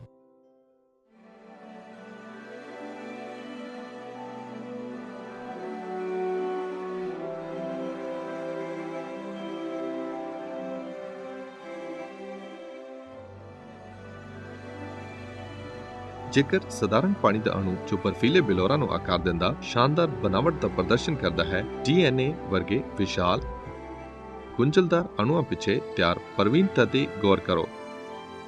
DNA ਵਿੱਚ ਸਾਰੇ ਜੀਵਨ ਦਾ ਨਕਸ਼ਾ ਸ਼ਾਮਿਲ ਹੁੰਦਾ ਅਤੇ ਇਸ ਤੋਂ ਬਾਅਦ ਵਿਸ਼ਵ ਵਿੱਚ ਜਾਣੀ ਜਾਂਦੀ ਰਚਨਾ ਪ੍ਰਕਿਰਿਆ ਦਾ ਗੂੜ ਸੂਚਨਾ ਭੰਡਾਰ ਹੁੰਦਾ ਹੈ। ਉਦਾਹਰਨ ਲਈ DNA ਦੇ ਸੂਈ ਦੀ ਨੋਕ ਦੀ ਮਾਤਰਾ ਵਿੱਚ ਮਿਲੀ ਸੂਚਨਾ ਦੀ ਮਾਤਰਾ ਇੱਥੋਂ ਲੈ ਕੇ ਚੰਦਰਮਾ ਤੱਕ ਨਾਲੋਂ ਜ਼ਿਆਦਾ 500 ਗੁਣਾ ਉੱਚਾ ਇੱਕ ਕਿਤਾਬਾਂ ਦਾ ਢੇਰ ਲਗਾਵੇਗੀ। ਪ੍ਰੋਗਰਾਮ ਕੋਡ ਅਤੇ ਇੱਕ ਬੇਯਕੀਨਾ ਪ੍ਰਣਾਲੀ ਦੀ ਬਣਾਵਟ ਇੱਕ ਸ਼੍ਰੇਸ਼ਟ ਬੁੱਧੀਮਾਨ ਰੂਪਾਂਕਾਰ ਦਾ ਸੰਕੇਤ ਕਰਦੀ ਹੈ। ਮੇਰੇ ਲਈ ਸਬੂਤ ਜੋ ਪੁਕਾਰਦਾ ਕਿ ਇੱਥੇ ਪਰਮੇਸ਼ਰ ਹੈ, DNA ਦਾ ਅਧਿਐਨ ਹੈ।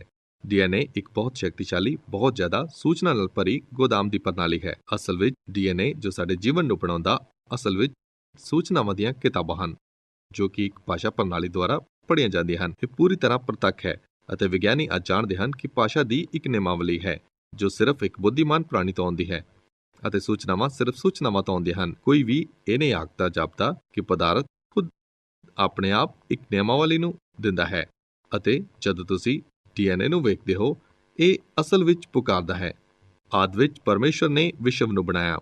ਅਸੀਂ ਸਾਰੇ ਇੱਕ ਛੋਟੇ ਇੱਕ ਵਾਕ ਦੇ ਅੰਤ ਤੇ ਇੱਕ ਮਿਆਦ ਦੇ ਆਕਾਰ ਦੇ ਛੋਟੇ ਜਿਹੇ ਸੈੱਲ ਤੋਂ ਸ਼ੁਰੂ ਕਰਦੇ ਹਾਂ। ਉਹ ਸੈੱਲ ਕਿਵੇਂ ਜਾਣਦਾ ਹੈ ਕਿ ਇਸ ਵਿੱਚ 100 ਖਰਬ ਸੈੱਲਾਂ ਨਾਲ ਇੱਕ ਸਰੀਰ ਦਾ ਨਿਰਮਾਣ ਕਰਨਾ ਹੈ। ਪਿੰਨ ਕਿਸਮ ਦੇ ਹਜ਼ਾਰਾਂ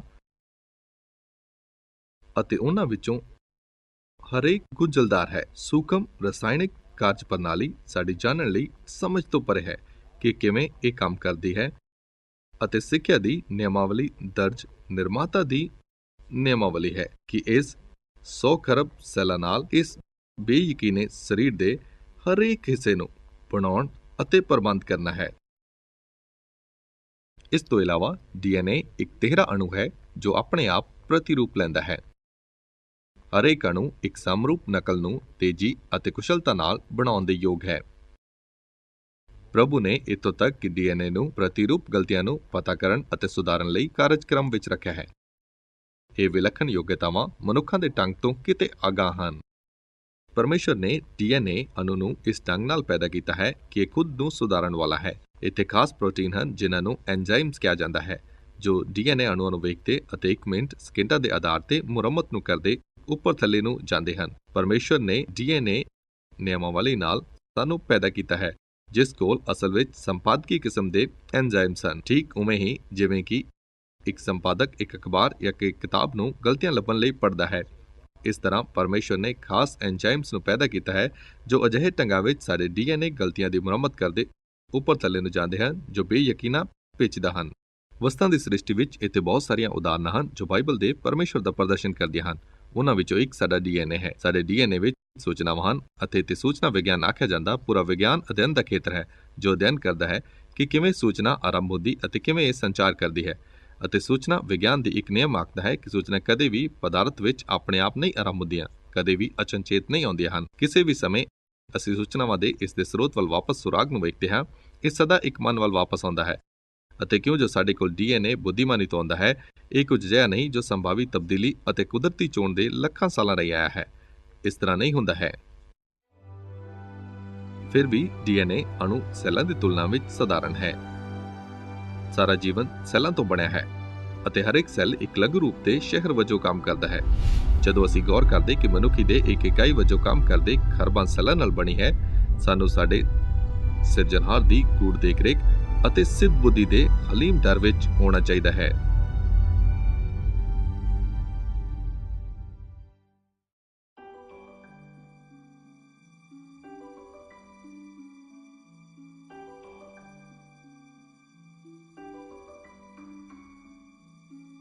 ਹਰੇਕ ਬੀਜ ਵਿੱਚ ਲਘੂ ਚਮਤਕਾਰ ਹੈ।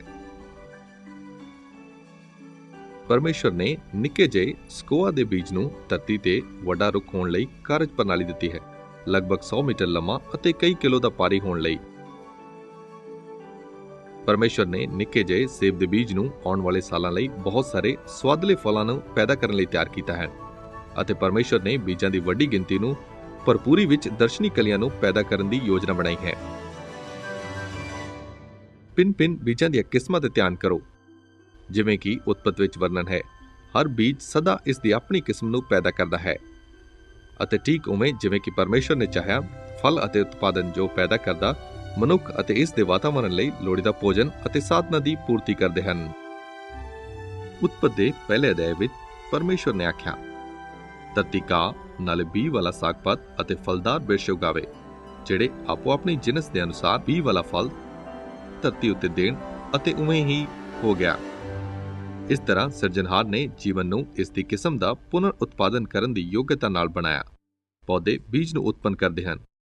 ਇਹ ਪ੍ਰਸ਼ਨ ਪਹਿਲਾਂ ਕੀ ਆਇਆ, ਬੀਜ ਜਾਂ ਪੌਦਾ ਦਾ ਉੱਤਰ ਦਿੰਦਾ ਹੈ। ਸਪਸ਼ਟ ਤੌਰ ਤੇ ਪਰਮੇਸ਼ਰ ਨੇ ਪੌਦੇ ਦੇ ਜੀਵਨ ਨੂੰ ਇਸ ਵਿੱਚ ਬੀਜ ਨਾਲ ਪੈਦਾ ਕੀਤਾ। ਬੀਜ ਲਘੂ ਰੂਪ ਦਾ ਛੋਟਾ ਉੱਤਮ ਰੂਪ ਹਨ। ਬੀਜ ਦੇ ਅੰਦਰ ਇੱਕ ਛੋਟਾ ਬੱਚਾ, ਇੱਕ ਛੋਟਾ ਭਰੂਣ ਪੌਦਾ ਹੁੰਦਾ ਹੈ। ਇਸ ਵਿੱਚ ਪਹਿਲਾਂ ਹੀ ਪੱਤੇ, ਇੱਕ ਤਣਾ ਅਤੇ ਇੱਕ ਜੜ ਬੀਜ ਦੀ ਪਰਤ ਦੁਆਰਾ ਘੇਰੀ ਹੁੰਦੀ, ਜੋ ਇਸ ਦੀ ਸੁਰੱਖਿਆ ਕਰਦਾ ਹੈ ਅਤੇ ਵਾਤਾਵਰਣ ਸੰਕੇਤਾਂ ਨੂੰ ਸੁਣਨ ਵਾਲੀਆਂ ਸਾਰੀਆਂ ਕਿਸਮਾਂ ਨਾਲ ਭਰਿਆ ਹੁੰਦਾ ਹੈ। ਇਸ ਤਰ੍ਹਾਂ ਇਹ ਤਾਪਮਾਨ ਨੂੰ, ਨਮੀ ਦੀਆਂ ਸਥਿਤੀਆਂ ਅਤੇ ਕਿੰਨੀ ਆਕਸੀਜਨ ਮੌਜੂਦ ਹੈ ਨੂੰ ਜਾਣਦਾ ਹੈ। ਇਹਨਾਂ ਸਾਰੀਆਂ ਗੱਲਾਂ ਨੂੰ ਇਸ ਦੇ ਪੁੰਗਰਨ ਤੋਂ ਪਹਿਲਾਂ ਸਹੀ ਪੱਧਰਾਂ ਵਿੱਚ ਹੋਣਾ ਹੈ। ਅਤੇ ਪਹਿਲੇ ਬੀਜ ਜੋ ਅਸੀਂ ਪੁਰਾਤਨ ਪਾਉਂਦੇ ਉਹਨਾਂ ਬੀਜਾਂ ਵਾਂਗ ਹੀ ਹਨ ਜੋ ਅੱਜ ਸਾਡੇ ਕੋਲ ਹਨ। ਬੀਜ ਪਹਿਲਾ ਮੁੜ ਉਤਪਾਦਨ ਕਰਨ ਵਾਲਾ ਢਾਂਚਾ ਹੈ ਜੋ ਪਰਮੇਸ਼ਰ ਨੇ ਸ੍ਰਿਸ਼ਟੀ ਦੇ ਤੀਜੇ ਦਿਨ ਬਣਾਇਆ, ਅਤੇ ਇਸ ਢੰਗ ਨਾਲ ਹੀ ਜੀਵਨ ਦੀਆਂ ਅਵਸਥਾ ਨੇ ਤਦ ਤੋਂ ਇਸ ਦੀ ਆਪਣੀ ਕਿਸਮ ਵਿੱਚ ਵਾਧਾ ਕੀਤਾ ਹੈ।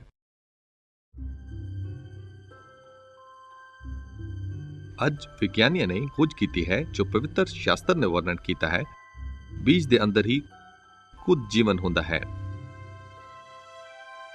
ਇਸ ਦੇ ਅੰਦਰ ਹੀ ਜੀਵਨ ਦੇ ਸੈੱਲ ਹਨ, ਅਦਭੁਤ ਜਟਿਲਤਾ ਦੀਆਂ ਨਿੱਕੀਆਂ ਫੈਕਟਰੀਆਂ। ਕੋਈ ਵੀ ਵਿਗਿਆਨੀ ਕਦੇ ਨਕਲੀ ਬੀਜ ਬਣਾਉਣ ਦੇ ਯੋਗ ਨਹੀਂ ਹੋਇਆ ਹੈ, ਅਤੇ ਕੋਈ ਵੀ ਬੀਜ ਸਧਾਰਨ ਨਹੀਂ ਹੈ। ਬੀਜਾਂ ਨੂੰ ਜਦ ਤੱਕ ਪਾਣੀ ਅਤੇ ਗਰਮੀ ਉਪਲਬਧ ਨਹੀਂ ਹੈ, ਬੇਹਰਕਤ ਰਹਿਣ ਦੀ ਕਾਰਜਵਿਧੀ ਵਿੱਚ ਰੱਖਿਆ ਗਿਆ ਹੈ। ਤਾਪਮਾਨ ਅਤੇ ਨਮੀ ਦਾ ਪ੍ਰਬੰਧ ਕਰਨ ਦੀ ਇਹ ਯੋਗਤਾ ਕਿਸ ਨੇ ਰੱਖੀ? ਬੀਜ ਦੇ ਉਗਣ ਲਈ ਕਿਸ ਨੇ ਸਹੀ ਸਮਾਂ ਨਿਰਧਾਰਿਤ ਕੀਤਾ? ਕਿਸ ਨੇ ਜੜ ਨੂੰ ਆਖਿਆ, ਤੈਨੂੰ ਹੇਠਾਂ ਜਾਣਾ ਹੈ, ਅਤੇ ਤਣੇ ਨੂੰ, ਤੂੰ ਉਤਾਂਹ ਨੂੰ ਜਾਣਾ ਹੈ? ਕੀ ਤੁਸੀਂ ਸਭ ਨੂੰ ਪਿਆਰ ਕਰਨ ਵਾਲੇ ਸਿਰਜਣਹਾਰ ਦੇ ਅਗਵਾਈ ਕਰਦੇ ਹੱਥ ਨੂੰ ਵੇਖਦੇ ਹੋ? ਪੁੰਗਰਨ ਅਤੇ ਵਧਨ ਫੁੱਲਣ ਲਈ ਬੀਜ ਨੂੰ ਸਹੀ ਜ਼ਮੀਨ ਦੇ ਪੌਸ਼ਟਿਕ ਹੋਣ, ਪਾਣੀ ਵਿੱਚ ਪਾਈ ਜਾਂਦੀ ਆਦਰਸ਼ ਸੰਪਤੀ, ਚਾਨਣ ਦੀਆਂ ਕਿਰਨਾਂ ਦੀ ਸਹੀ ਮਾਤਰਾ, ਸਹੀ ਵਾਤਾਵਰਣ ਅਤੇ ਜ਼ਰੂਰੀ ਸਿੰਜਣ ਦੀ ਲੋੜ ਹੁੰਦੀ ਹੈ। ਇਹ ਸਭ ਬੀਜਾਂ ਦੇ ਮਨੁੱਖ ਜਾਤੀ ਲਈ ਇੱਕ ਫਸਲ ਦੀਆਂ ਬਰਕਤਾਂ ਨੂੰ ਲਿਆਉਣ ਲਈ ਆਰੰਭ ਤੋਂ ਹੀ ਸਥਾਨ ਤੇ ਹੋਣਾ ਚਾਹੀਦਾ ਹੈ।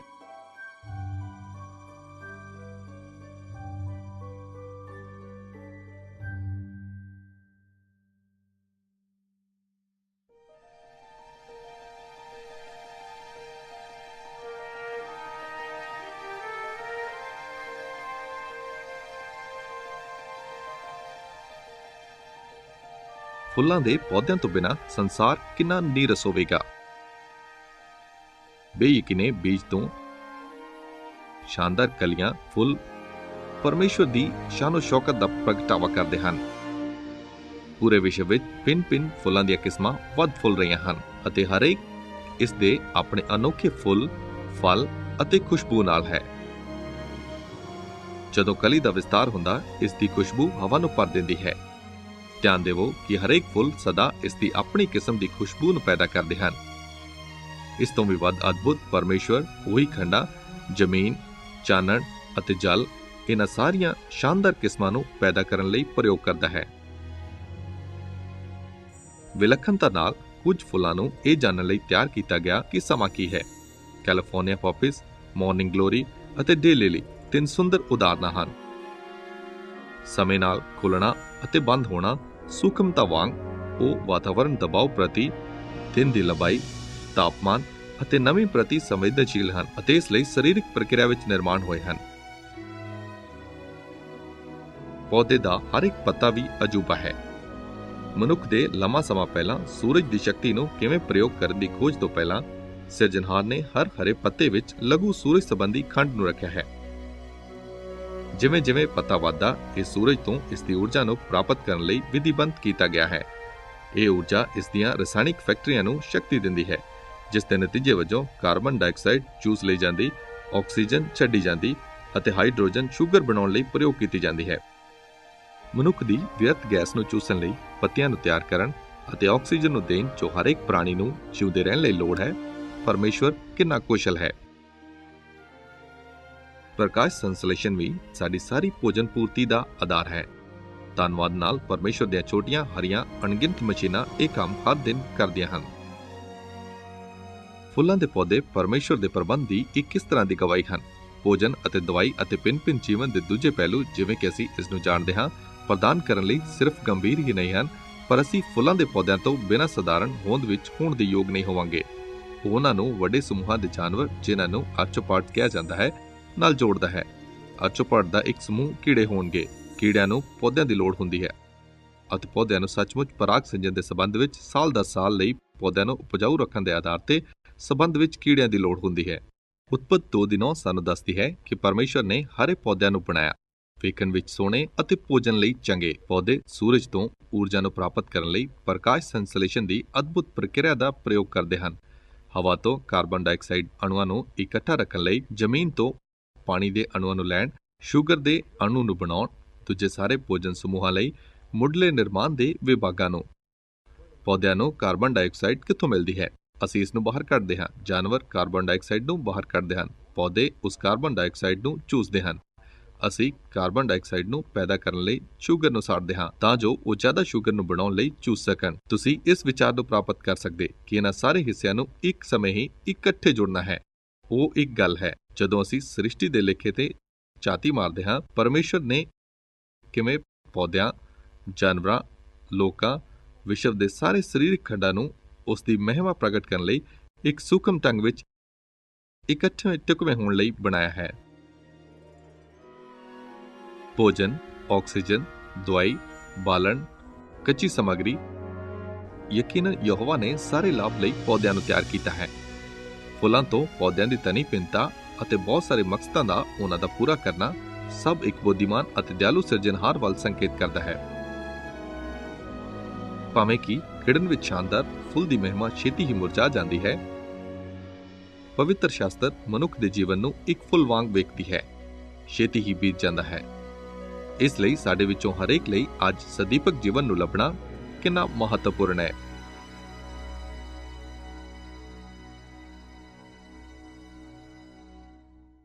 ਤਦ ਪਰਮੇਸ਼ਵਰ ਨੇ ਆਖਿਆ, ਪਾਣੀ ਸਾਰੇ ਜਿਉਂਦੇ ਪ੍ਰਾਣੀਆਂ ਨਾਲ ਭਰ ਜਾਣ ਅਤੇ ਪੰਛੀ ਧਰਤੀ ਦੇ ਉੱਪਰ ਹੋਣ। ਇਸ ਤਰ੍ਹਾਂ ਪਰਮੇਸ਼ਵਰ ਨੇ ਹਰ ਜਿਉਂਦੀ ਵਸਤੂ ਜੋ ਚਲਦੀ ਹੈ ਨੂੰ ਬਣਾਇਆ ਅਤੇ ਪਰਮੇਸ਼ਵਰ ਨੇ ਵੇਖਿਆ ਕਿ ਇਹ ਸਭ ਚੰਗਾ ਸੀ। ਉਤਪੱਤੀ ਕਿਤਾਬ ਵਿੱਚ ਅਸੀਂ ਪੜ੍ਹਦੇ ਹਾਂ ਕਿ ਪਰਮੇਸ਼ਵਰ ਨੇ ਸਭ ਕੁਝ ਭਲੇ ਲਈ ਬਣਾਇਆ ਅਤੇ ਭਾਵੇਂ ਕਿ ਪਾਪ ਨੇ ਸ੍ਰਿਸ਼ਟੀ ਨੂੰ ਜ਼ਖਮੀ ਕੀਤਾ ਹੈ, ਮੱਛੀ, ਪੰਛੀ ਅਤੇ ਸਾਰੇ ਪ੍ਰਾਣੀ ਅਜੇ ਵੀ ਪਰਮੇਸ਼ਵਰ ਦੀ ਭਲਾਈ ਅਤੇ ਬੁੱਧੀ ਦੀ ਗਵਾਹੀ ਦਿੰਦੇ ਹਨ। ਅਸੀਂ ਸਾਰੇ ਹੁਣ ਆਪਣੇ ਧਿਆਨ ਨੂੰ ਯਹੋਵਾ ਦੇ ਬੇਯਕੀਨੇ ਪ੍ਰਾਣੀਆਂ ਵੱਲ ਮੋੜਦੇ ਹਾਂ। ਸੰਸਾਰ ਦੇ ਪ੍ਰਾਣੀਆਂ ਵਿੱਚ ਰਹਿਣ ਵਾਲੇ ਪ੍ਰਾਣੀ ਉਸ ਤੋਂ ਜ਼ਿਆਦਾ ਸ਼ਾਨਦਾਰ ਹਨ ਜਿੰਨਾ ਮਨੁੱਖ ਜਾਤੀ ਕਲਪਨਾ ਕਰ ਸਕਦੀ ਹੈ। ਸਮੁੰਦਰੀ ਵਸਨੀਕਾਂ ਦਾ ਵਿਸ਼ਾਲ ਮਿਸ਼ਰਣ ਸਾਡੇ ਮਹਾਨ ਸਿਰਜਣਹਾਰ ਦੀ ਅਸੀਮਤ ਪ੍ਰਵੀਣਤਾ ਬਾਰੇ ਬੋਲਦਾ ਹੈ ਅਤੇ ਹਰੇਕ ਸਮੁੰਦਰੀ ਪ੍ਰਾਣੀ ਵਿਲੱਖਣ ਕਾਰਜ ਪ੍ਰਣਾਲੀ ਨਾਲ ਰਚਿਆ ਗਿਆ ਹੈ। ਪਰਮੇਸ਼ਵਰ ਨੇ ਆਕਟੋਪਸ ਨੂੰ ਇੱਕ ਮਨੁੱਖ ਦੇ ਬਣਾਏ ਕਿਸੇ ਢਾਂਚੇ ਨਾਲੋਂ ਕਿਤੇ ਜ਼ਿਆਦਾ ਜੈਟ ਦੇ ਦਬਾਅ ਦੀ ਕਿਸਮ, ਸਕਸ਼ਨ ਕੱਪ ਤਕਨੀਕ ਅਤੇ ਖੁਦ ਢੁਕਵੇਂ ਰੂਪ ਪਰਿਵਰਤਨ ਨਾਲ ਤਿਆਰ ਕੀਤਾ ਹੈ। ਵਿਸ਼ਾਲ ਆਕਟੋਪਸ ਦੇ ਪਾਣੀ ਦੇ ਬੂਟੇ ਨਾਲ ਚਟਾਨ ਵਿੱਚ ਬਦਲੇ ਜਾਣ ਨੂੰ ਵੇਖੋ। ਇਸ ਦਾ ਰੰਗ, ਆਕਾਰ ਅਤੇ ਬਣਤਰ ਸਭ ਕੁਝ ਇੱਕ ਪਲ ਵਿੱਚ ਬਦਲ ਜਾਂਦਾ ਹੈ। ਸਮੁੰਦਰ ਫੈਨੀ ਨਾਮ ਦੀ ਇੱਕ ਨਰ ਮੱਛੀ ਹੈ। ਉਹ ਨਾਰੀ ਮੱਛੀ ਪ੍ਰਤੀ ਉਸ ਦੇ ਵਿਪਰੀਤ ਵਿਰੋਧੀ ਨਰਾਂ ਨੂੰ ਭਜਾਉਣ ਲਈ ਇੱਕ ਚਿੱਟੀ ਲੜਾਈ ਦੇ ਨਮੂਨੇ ਨੂੰ ਇੱਕ ਸਮੇਂ ਹੀ ਵਿਖਾਉਣ ਇੱਕ ਪੂਰੇ ਲਾਲ ਇਸ਼ਕਬਾਜ਼ੀ ਦੇ ਢੰਗ ਨੂੰ ਵਿਖਾਉਂਦੀ ਹੈ। ਜਦੋਂ ਉਸ ਦੇ ਪਾਸੇ ਨੂੰ ਬਦਲਦੀ, ਉਸ ਦੇ ਚਿੰਨ੍ਹ ਅਸਲ ਵਿੱਚ ਬੰਦ ਹੋ ਜਾਂਦੇ ਹਨ। ਦੋਹਰਾ ਇੱਕੋ ਹੀ ਸਮੇਂ ਚਿੰਨ੍ਹ ਪਰਮੇਸ਼ਵਰ ਦੀ ਸ਼੍ਰੇਸ਼ਟ ਕਾਰਗਰੀ ਦਾ ਪ੍ਰਦਰਸ਼ਨ ਕਰਦਾ ਹੈ।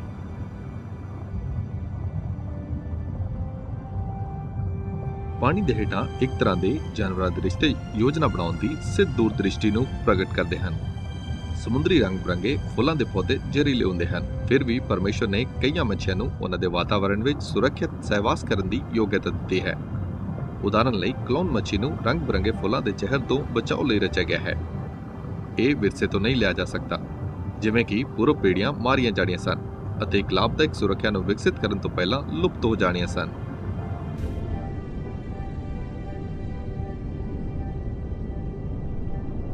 ਕੁਝ ਮੱਛੀਆਂ ਦਾ ਸਿੱਖਿਆ ਦਾ ਨਮੂਨਾ ਅਜੇ ਵੀ ਖੋਜਿਆ ਜਾ ਰਿਹਾ ਹੈ। ਮੱਛੀ ਦੀ ਸਮਕਾਲੀ ਲਹਿਰਾਂ ਨਾਲ ਬਲਪੂਰਵਕ ਜਾਣ ਦੀ ਯੋਗਤਾ ਵੱਡੇ ਪ੍ਰਬੰਧਕ ਦੇ ਅਗਵਾਈ ਕਰਦੇ ਹੱਥ ਨੂੰ ਪ੍ਰਗਟ ਕਰਦਾ ਹੈ। ਪਿੰਨ ਮੱਛੀਆਂ ਦੀਆਂ ਨਸਲਾਂ ਸਮੁੰਦਰ ਦੇ ਖਾਸ ਪੱਧਰਾਂ ਦੀਆਂ ਡੂੰਘਾਈਆਂ ਤੇ ਵਸਣ ਲਈ ਦਿੱਤੀਆਂ ਗਈਆਂ ਹਨ। ਇਹ ਯੋਗਤਾ ਇੱਕ ਖਾਸ ਤਿਆਰ ਕੀਤੇ ਹਵਾ ਦੇ ਬਲੈਡਰ ਦੇ ਨਤੀਜੇ ਵਜੋਂ ਹਨ, ਜੋ ਦਬਾਅ ਨੂੰ ਨਿਯੰਤਰਣ ਕਰਦੇ ਸੰਤੁਲਨ ਨੂੰ ਬਣਾਈ ਰੱਖੇ ਮੱਛੀ ਨੂੰ ਸਿਰਜਣਹਾਰ ਦੁਆਰਾ ਨਿਰਧਾਰਿਤ ਸੀਮਾ ਤੱਕ ਪਿੰਨ ਪਾਣੀ ਦੇ ਦਬਾਅ ਨਾਲ ਜਿਉਂਦੇ ਰਹਿਣ ਦੀ ਇਜਾਜ਼ਤ ਦਿੰਦੇ ਖੂਨ ਦੇ ਪ੍ਰਵਾਹ ਤੋਂ ਗੈਸਾਂ ਨੂੰ ਬਾਹਰ ਰੱਖਦੀ ਹੈ। ਮੇਰੇ ਪਸੰਦੀਦਾ ਸਮੁੰਦਰੀ ਪ੍ਰਾਣੀਆਂ ਵਿੱਚੋਂ ਇੱਕ ਪਰਲੀ ਨਾਈਲਾਈਸ ਜਾਂ ਚੈਂਬਰ ਨਾਈਲਾਈਸ ਹੈ। ਇਹ ਇੱਕ ਪਰਤ ਵਰਗਾ ਜਾਪਦਾ ਜੋ ਤੁਸੀਂ ਫਲੋਰੀਡਾ ਸ਼ੈਲ ਦੀ ਦੁਕਾਨ ਤੇ ਪਾ ਸਕਦੇ ਹੋ, ਅਤੇ ਜਦੋਂ ਤੁਸੀਂ ਇਸ ਨੂੰ ਵਿਚਕਾਰੋਂ ਕੱਢਦੇ ਹੋ, ਉਸ ਨੂੰ ਵੇਖੋ। ਇਸ ਵਿੱਚ ਹੇਠਾਂ ਛੋਟੇ ਕਮਰੇ ਹਨ। ਜਾਨਵਰ ਜੋ ਆਖਰੀ ਕਮਰੇ ਵਿੱਚ ਰਹਿੰਦਾ ਆਵਸ਼ਕ ਇੱਕ ਸਮੁੰਦਰੀ ਫੈਨੀ ਹੈ। ਇਸ ਦੇ ਉਸ ਤਰ੍ਹਾਂ ਦੇ ਸਾਹਮਣੇ ਛੋਟੀਆਂ ਬਹੁਤ ਥੂਤਨੀਆਂ ਹਨ। ਇਹ ਸਾਰੇ ਛੋਟੇ ਹਿੱਸੇ ਇਸ ਦੇ ਤੈਰਨ ਦਾ ਸੰਚਾਲਨ ਕਰਦੇ ਹਨ, ਜਿਵੇਂ ਕਿ ਸਬਮਰੀਨ ਕਰਦਾ ਹੈ। ਉਹ ਅਦਭੁਤ ਸਮੁੰਦਰੀ ਫੈਨੀ ਦੇ ਅੰਦਰ ਇੱਕ ਦਿਮਾਗ ਹੈ। ਇੱਥੇ ਇੱਕ ਅੱਖ ਹੈ ਜੋ ਸੰਸਾਰ ਨੂੰ ਉਵੇਂ ਹੀ ਵੇਖਦੀ ਜਿਵੇਂ ਕਿ ਅਸੀਂ। ਇੱਥੇ ਇੱਕ ਪਾਚਨ ਪ੍ਰਣਾਲੀ ਹੈ, ਇੱਕ ਲਾਰ ਦੀ ਗ੍ਰੰਥੀ ਅਤੇ ਇੱਕ ਪਾਚਨ ਦਰਵ ਦੀ ਗ੍ਰੰਥੀ ਹੈ। ਇੱਥੇ 3 ਪਿੰਨ ਦਿਲ ਹਨ। ਉਹ ਉਨੇ ਹੀ ਅੰਦਰੋਂ ਜਟਿਲ ਹਨ ਜਿੰਨਾ ਕਿ ਅਸੀਂ, ਅਤੇ ਫਿਰ ਵੀ ਇਸ ਕਿਸਮ ਦੇ ਪ੍ਰਾਣੀ ਦੇ ਪਿੰਜਰ ਪਾਏ ਜਾਣ ਵਾਲਿਆਂ ਵਿੱਚੋਂ ਪਹਿਲੇ ਹਨ। ਪ੍ਰਾਰੰਭਿਕ ਜਟਿਲਤਾ ਪਰਮੇਸ਼ਵਰ ਦੀ ਕਿਰਿਆਸ਼ੀਲਤਾ ਦੀ ਇੱਕ ਅਦਭੁਤ ਗਵਾਹੀ। ਜਦੋਂ ਮੈਂ ਸਮੁੰਦਰੀ ਪ੍ਰਾਣੀਆਂ ਨੂੰ ਵੇਖਦਾ ਜੋ ਪਰਮੇਸ਼ਵਰ ਨੇ ਬਣਾਏ ਹਨ, ਮੈਂ ਖਾਸ ਕਰਕੇ ਮੱਛੀ ਨੂੰ ਵੇਖਦਾ ਹਾਂ। ਉਹ ਅਦਭੁਤ ਪ੍ਰਾਣੀ ਹਨ। ਉਹਨਾਂ ਦੀਆਂ ਲਹਿਰਾਂ ਨਾਲ ਕੁਸ਼ਲਤਾ ਤੋਂ ਸ਼ੁਰੂ ਕਰਦੇ, ਅਸਲੀਅਤ ਇਹ ਹੈ ਕਿ ਉਹ ਪਾਣੀ ਤੋਂ ਇੱਕ ਕੁਸ਼ਲ ਢੰਗ ਨਾਲ ਆਕਸੀਜਨ ਕੱਢਣ ਲਈ ਰਚੇ ਗਏ ਹਨ। ਅਸਲੀਅਤ ਕਿ ਉਹਨਾਂ ਕੋਲ ਇੰਨੇ ਖੁਸ਼ ਕਰਨ ਵਾਲੇ ਸੁਰੁਚੀਪੂਰਨ ਮੁੱਲ ਹਨ, ਅਤੇ ਯਕੀਨਨ ਉਹ ਮਨੁੱਖ ਲਈ ਭੋਜਨ ਦੀ ਵੱਡੀ ਮਾਤਰਾ ਦਾ ਪ੍ਰਬੰਧ ਕਰਦੇ ਹਨ। ਮੱਛੀ ਪਿੰਜਰ ਦੇ ਵੇਰਵੇ ਅਨੁਸਾਰ ਹਮੇਸ਼ਾ ਮੱਛੀ ਰਹੀ ਹੈ। ਫਿਰ ਵੀ ਮੱਛੀ ਪਰਮੇਸ਼ਵਰ ਦੇ ਜਿਉਂਦੇ ਪ੍ਰਾਣੀ ਲਈ ਇੱਕ ਬੇਯਕੀਨਾ ਖੰਡ ਹੈ।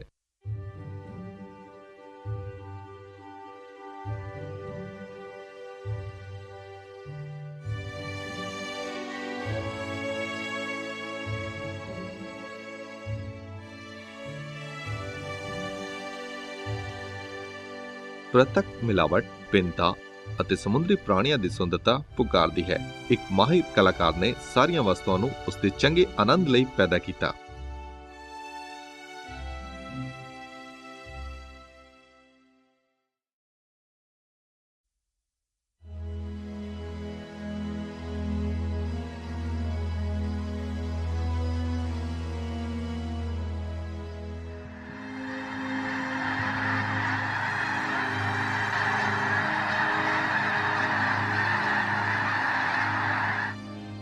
ਪੰਛੀ ਧਰਤੀ ਤੇ ਸਭ ਤੋਂ ਜ਼ਿਆਦਾ ਖਿੱਚ ਰੱਖਣ ਵਾਲੇ ਪ੍ਰਾਣੀ ਹਨ।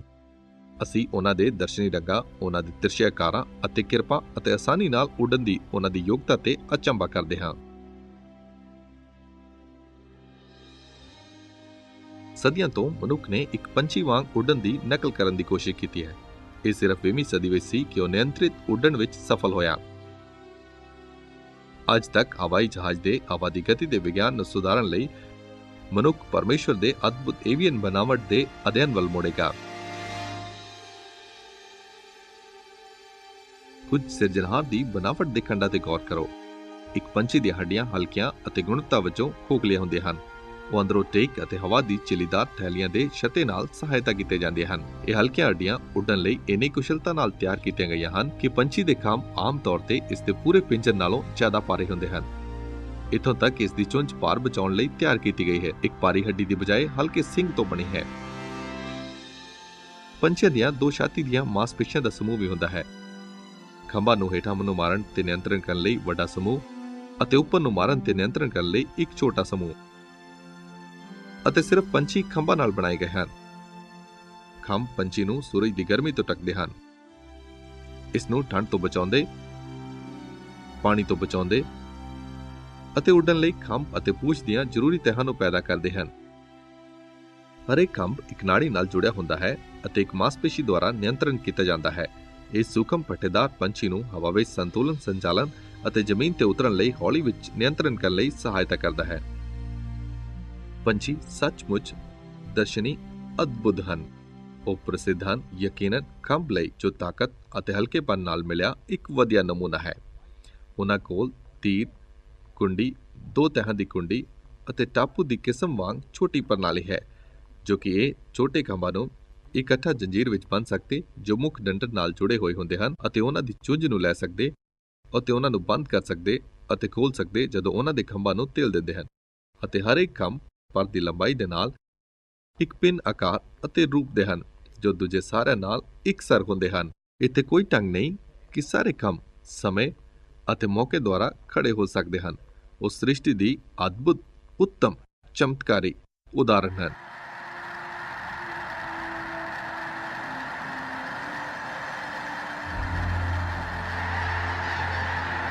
ਪੰਛੀ ਦੇ ਉੱਡਣ ਦਾ ਇੱਕ ਹੋਰ ਮਹੱਤਵਪੂਰਨ ਅੰਸ਼ ਹਵਾ ਨਾਲ ਭਰੇ ਥੈਲੇ ਹਨ, ਜੋ ਪੰਛੀਆਂ ਦੇ ਅੰਗਾਂ ਵਿਚਕਾਰ ਰੱਖੇ ਗਏ ਹਨ।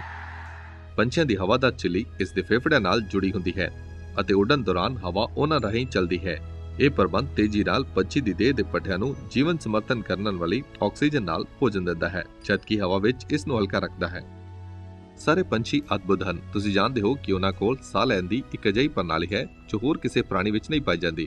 ਪੰਛੀ ਦਾ ਫੇਫੜਾ ਖਾਸ ਕਰਕੇ ਇੱਕ ਦੋਹਰੀ ਬੰਨੀ ਪ੍ਰਣਾਲੀ ਹੈ, ਜਿੱਥੇ ਉਹ ਹਵਾ ਨੂੰ ਬਾਹਰ ਕੱਢਦੇ ਅਤੇ ਲੈਂਦੇ ਦੋਹਾਂ ਵਿੱਚ ਆਕਸੀਜਨ ਭਰਦੇ ਹਨ। ਸਾਡੇ ਜਾਂ ਕਿਸੇ ਦੂਸਰੇ ਪ੍ਰਾਣੀ ਦੇ ਫੇਫੜਿਆਂ ਵਾਂਗ ਨਹੀਂ, ਪੰਛੀ ਦੇ ਫੇਫੜਿਆਂ ਦੇ ਪਿਛਲੇ ਬੂਹੇ ਹਨ ਅਤੇ ਉਸ ਲਈ ਮਹੱਤਵਪੂਰਨ ਹਨ।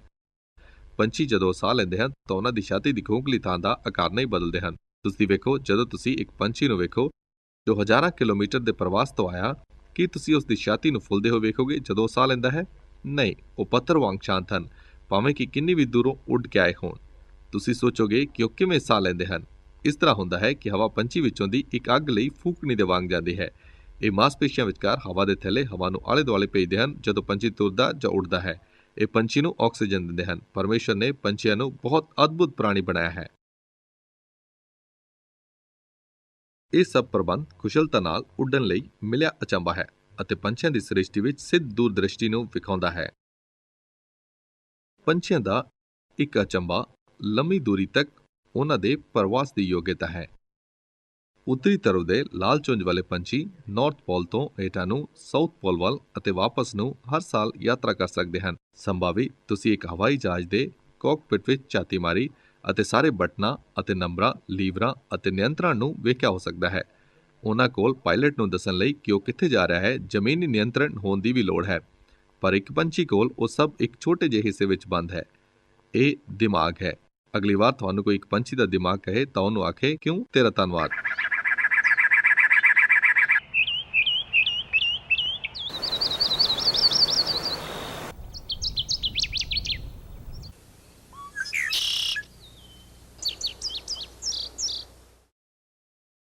ਪ੍ਰਭੂ ਨੇ ਹਰੇਕ ਪੰਛੀ ਨੂੰ ਜੀਵਨ ਵਿੱਚ ਉਸ ਦੀ ਭੂਮਿਕਾ ਲਈ ਵਿਲੱਖਣਤਾ ਨਾਲ ਤਿਆਰ ਕੀਤਾ ਹੈ। ਮਨੁੱਖ ਦੀ ਸੇਵਾ ਵਿੱਚ ਪੰਛੀ ਦੀ ਹਰੇਕ ਨਸਲ ਦਾ ਇੱਕ ਖਾਸ ਗਸ਼ਤ ਦਾ ਹਿੱਸਾ ਹੈ। ਬਹੁਤ ਸਾਰੇ ਕੀੜਿਆਂ ਦੇ ਨਿਯੰਤਰਣ ਵਿੱਚ ਸਹਾਇਤਾ ਕਰਦੇ, ਦੂਜੇ ਲਾਛਾਂ ਨੂੰ ਹਟਾਉਂਦੇ ਹਨ। ਲੰਮੀ ਚੁੰਝ ਵਾਲੀ ਪੰਛੀ ਘਾਹ ਪੌਦੇ ਦੇ ਬੀਜਾਂ ਨੂੰ ਨਾਸ਼ ਕਰਨ ਵਾਲੇ ਹਨ। ਉੱਲੂ ਅਤੇ ਬਾਜ ਕੁਤਰਨ ਵਾਲੇ ਜਾਨਵਰਾਂ ਨੂੰ ਵਧਣ ਤੋਂ ਰੋਕਦੇ ਹਨ। ਟਿਟੈਰੀ ਸਮੁੰਦਰੀ ਕੰਢਿਆਂ ਨੂੰ ਸਾਫ਼ ਕਰਦੀ। ਪਾਣੀ ਦੇ ਪੰਛੀ ਮੱਛੀ ਜਨਸੰਖਿਆ ਦੇ ਸਹੀ ਸੰਤੁਲਨ ਨੂੰ ਬਣਾਈ ਰੱਖਦੇ ਹਨ। ਬਗਲਾ ਡੱਡੂ ਅਤੇ ਸੱਪ ਤੇ ਨਿਯੰਤਰਣ ਕਰਦਾ ਹੈ।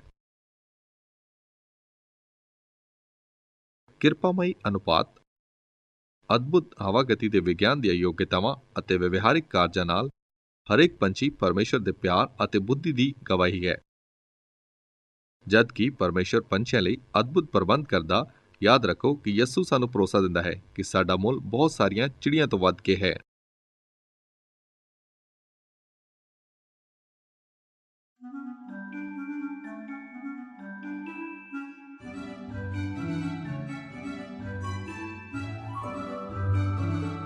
ਪਿਨਪਨਾਉਣ ਵਾਲੀ ਮੱਖੀ ਯੋਗਤਾ ਅਤੇ ਕਿਰਪਾ ਦਾ ਅਚੰਭਾ ਹੈ। ਛੋਟੇ ਪੰਛੀ ਉਹਨਾਂ ਦੇ ਤੇਜ਼ੀ ਨਾਲ ਖੰਭਾਂ ਨੂੰ ਮਾਰਨ ਦੁਆਰਾ ਕੀਤੀ ਪੀਂ ਪੀਂ ਦੀ ਆਵਾਜ਼ ਤੋਂ ਉਹਨਾਂ ਦਾ ਨਾਮ ਰੱਖਦੇ ਹਨ। ਫੁੱਲਾਂ ਤੋਂ ਫੁੱਲਾਂ ਵੱਲ ਨੂੰ ਚੂਸਣ ਲਈ ਆਉਂਦੀ ਪਿਨਪਨਾਉਣ ਵਾਲੀ ਮੱਖੀ ਹਵਾ ਦੇ ਅੱਧ ਵਿੱਚ ਰੁਕਦੀ ਹੈ। ਉਹ ਮਧੂ ਰਸ ਨੂੰ ਚੂਸਣ ਲਈ ਆਉਂਦੀ ਹੈ। ਸ਼ਹਿਦ ਦੀ ਮੱਖੀ ਇਹ ਕਰਨ ਲਈ ਅਦਭੁਤ ਰੀਤੀ ਨਾਲ ਤਿਆਰ ਕੀਤੀ ਗਈ ਹੈ। ਪਰਮੇਸ਼ਰ ਨੇ ਇਸ ਨੂੰ ਫੁੱਲਾਂ ਤੇ ਆਸਾਨੀ ਨਾਲ ਜਾਣ ਲਈ ਛੋਟਾ ਸਰੀਰ, ਇੱਕ ਲੰਮੀ ਸੂਈ ਵਰਗੀ ਚੁੰਝ ਫੁੱਲ ਦੇ ਵਿੱਚ ਖੋਬਣ ਲਈ ਅਤੇ ਮਧੂ ਰਸ ਨੂੰ ਚੂਸਣ ਲਈ ਇੱਕ ਖਾਸ ਤਰ੍ਹਾਂ ਦੀ ਜੀਭ ਦਿੱਤੀ ਹੈ। ਪਰਮੇਸ਼ਰ ਨੇ ਇਸ ਨੂੰ ਵਿਲੱਖਣ ਬਲਵੰਤ ਖੰਭ ਅਤੇ ਇੱਕ ਦ੍ਰਿੜ ਛਾਤੀ ਦੀ ਹੱਡੀ ਦਿੱਤੀ ਹੈ, ਜੋ ਪੰਛੀ ਨੂੰ ਹਵਾ ਦੇ ਅੱਧ ਵਿੱਚ ਰੁਕਣ ਅਤੇ ਅੱਗੇ ਪਿੱਛੇ ਆਸਾਨੀ ਨਾਲ ਘੁੰਮਣ ਵਿੱਚ ਸਹਾਇਤਾ ਕਰਦੀ ਹੈ। ਯਕੀਨਨ ਪਿਨਪਨਾਉਣ ਵਾਲੀ ਮੱਖੀ ਦੀ ਸਾਰੀ ਸ਼ਕਲ ਸੂਰਤ ਨੂੰ, ਲੰਮੀ ਚੁੰਝ, ਖਾਸ ਜੀਭ, ਤੇਜ਼ੀ ਨਾਲ ਮਾਰਨ ਵਾਲੇ ਅਨੋਖੇ ਖੰਭਾਂ ਨੂੰ ਆਰੰਭ ਤੋਂ ਇਸ ਦੀ ਊਰਜਾ ਦੇ ਭੋਜਨ ਨੂੰ ਇਕੱਠਾ ਕਰਨ ਅਤੇ ਇਸ ਤਰ੍ਹਾਂ ਜਿਉਂਦਾ ਰਹਿਣ ਲਈ ਇਕੱਠੇ ਕੰਮ ਕਰਨਾ ਹੋਵੇਗਾ। ਭਾਵੇਂ ਕਿ ਜ਼ਿਆਦਾਤਰ ਪੰਛੀਆਂ ਦੇ ਖੰਭ ਮੋਢੇ, ਕੋਣੀ ਅਤੇ ਵੀਣੀ ਤੋਂ ਚੁੱਕਦੇ ਹਨ, ਪਿਨਪਨਾਉਣ ਵਾਲੀ ਮੱਖੀ ਮੁੱਖ ਤੌਰ ਤੇ ਮੋਢੇ ਦਾ ਪ੍ਰਯੋਗ ਕਰਦੀ ਹੈ। ਇੱਕ ਹੈਲੀਕਾਪਟਰ ਵਾਂਗ ਇਹ ਸਿੱਧਾ ਉਤਾਂਹ ਨੂੰ ਜਾ ਸਕਦੀ ਹੈ। ਪਰਮੇਸ਼ਰ ਦੀ ਬਣਾਵਟ ਇਸ ਨੂੰ ਸਾਰੀਆਂ ਦਿਸ਼ਾਵਾਂ ਵਿੱਚ ਘੁੰਮਣ ਯੋਗ ਬਣਾਉਂਦੀ ਹੈ। ਇਹ ਕਿਸੇ ਵੀ ਮਨੁੱਖ ਦੁਆਰਾ ਬਣਾਈ ਉੱਡਣ ਵਾਲੀ ਮਸ਼ੀਨ ਨਾਲੋਂ ਕਿਤੇ ਜ਼ਿਆਦਾ ਯੋਗ ਅਤੇ ਫੁਰਤੀਲਾ ਬਣਾਉਂਦੀ ਹੈ।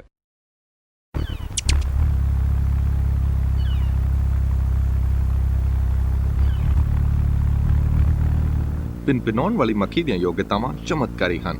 ਘੁੰਮਣ ਸਮੇਂ ਉਸ ਦੇ ਖੰਭ ਇੱਕ ਸਕਿੰਟ ਵਿੱਚ 50 ਵਾਰ ਫੜਫੜਾਉਂਦੇ ਹਨ। ਜਦੋਂ ਸਿੱਧੀ ਜਾਂਦੀ ਤਾਂ 80 ਵਾਰ। ਉਸ ਦਾ ਦਿਲ ਉਸੇ ਸਕਿੰਟ ਵਿੱਚ 21 ਵਾਰ ਧੜਕਦਾ ਹੈ। ਇਸ ਨਿੱਕੇ ਜਿਹੇ ਛੋਟੇ ਪੰਛੀਆਂ ਦੀ ਇੱਕ ਕੁਦਰਤੀ ਤਬਦੀਲੀ ਦੀ ਦਰ ਹੈ, ਜੋ ਲਗਭਗ ਕਲਪਨਾ ਤੋਂ ਬਾਹਰ ਹੈ। ਉਹਨਾਂ ਦੇ ਦਿਲ ਦੀ ਧੜਕਣ ਇੰਨੀ ਤੇਜ਼ ਹੈ ਕਿ ਇਹ ਸੁਣਨ ਦੀ ਆਵਾਜ਼ ਦੀ ਦਰ ਪ੍ਰਾਪਤ ਕਰਦੀ ਹੈ। ਇਹ ਸੋਚਣਾ ਅਦਭੁਤ ਹੈ ਕਿ ਇਹ ਛੋਟੀਆਂ ਪਿਨਪਨਾਉਣ ਵਾਲੀਆਂ ਮੱਖੀਆਂ ਸੈਂਕੜਾਂ ਕਿਲੋਮੀਟਰ ਤੱਕ ਜਾਂਦੀਆਂ ਹਨ। ਉਹ ਇਹ ਯਾਤਰਾ ਭੋਜਨ ਇਕੱਠਾ ਕਰਨ ਲਈ ਕਰਦੀਆਂ ਹਨ ਅਤੇ ਖੁਰਾਕ ਵਿੱਚ 1000 ਵਿੱਚੋਂ ਇੱਕ ਦੀ ਗਲਤੀ ਦਾ ਵੀ ਅਰਥ ਯਾਤਰਾ ਵਿੱਚ ਜਿਉਂਦਾ ਰਹਿਣਾ ਨਾ ਹੋਵੇਗਾ। ਇਕੱਲੇ ਪੰਛੀ ਹੀ ਇੱਕ ਅਦਭੁਤ ਸਿਰਜਣਹਾਰ ਲਈ ਪੂਰਨ ਮਜ਼ਬੂਤ ਕਰਨ ਵਾਲੇ ਸਬੂਤ ਹੋ ਸਕਦੇ ਹਨ।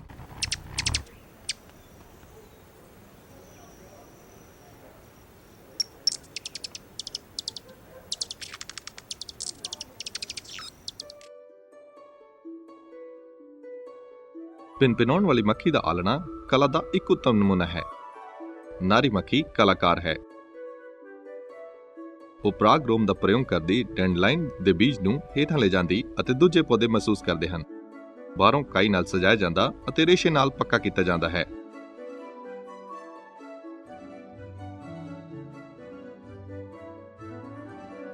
ਅੰਦਰੋਂ ਨਰਮ ਰੇਖਾਵਾਂ ਨਾਲ ਹੇਠਾਂ ਨੂੰ ਜਾਂਦਾ ਉਪਲਬਧ ਹੁੰਦਾ ਹੈ। ਕੋਈ ਵੀ ਉਸ ਨੂੰ ਆਲ੍ਹਣਾ ਨਿਰਮਾਣ ਕਰਨ ਦੀ ਕਲਾ ਨੂੰ ਨਹੀਂ ਸਿਖਾਉਂਦਾ ਹੈ। ਇਹ ਪਰਮੇਸ਼ਵਰ ਦੁਆਰਾ ਦਿੱਤੀ ਯੋਗਤਾ ਹੈ। ਪਿਨਪਿਨਾਉਣ ਵਾਲੀ ਨਰ ਮੱਖੀ ਦੇ ਰੰਗਾਂ ਦਾ ਪੰਛੀ ਰਾਜ ਵਿੱਚ ਕੋਈ ਟਾਕਰਾ ਨਹੀਂ ਹੈ।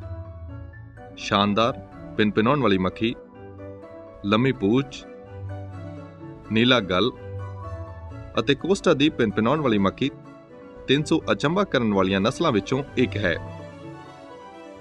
ਗਲ ਅਤੇ ਮੁਕਟ ਦੇ ਇੰਦਰਧਨੁਸ਼ ਵਾਂਗ ਬਦਲਦੇ ਰੰਗ ਅਪਰਿਵਰਤਨ ਕਾਰਨ ਹਨ ਅਤੇ ਨਾ ਕਿ ਹੋਰਨਾਂ ਕਾਰਨ। ਅਕਸਰ ਇਹ ਖੇਤਰ ਹਨੇਰੇ, ਲਗਭਗ ਕਾਲੇ ਜਾਪਦੇ ਹਨ, ਪਰ ਸਹੀ ਕੋਣ ਤੋਂ ਇੰਦਰਧਨੁਸ਼ ਵਾਂਗ ਰੰਗ ਅੰਦਰੋਂ ਚਮਕਦੇ ਜਾਪਦੇ ਹਨ।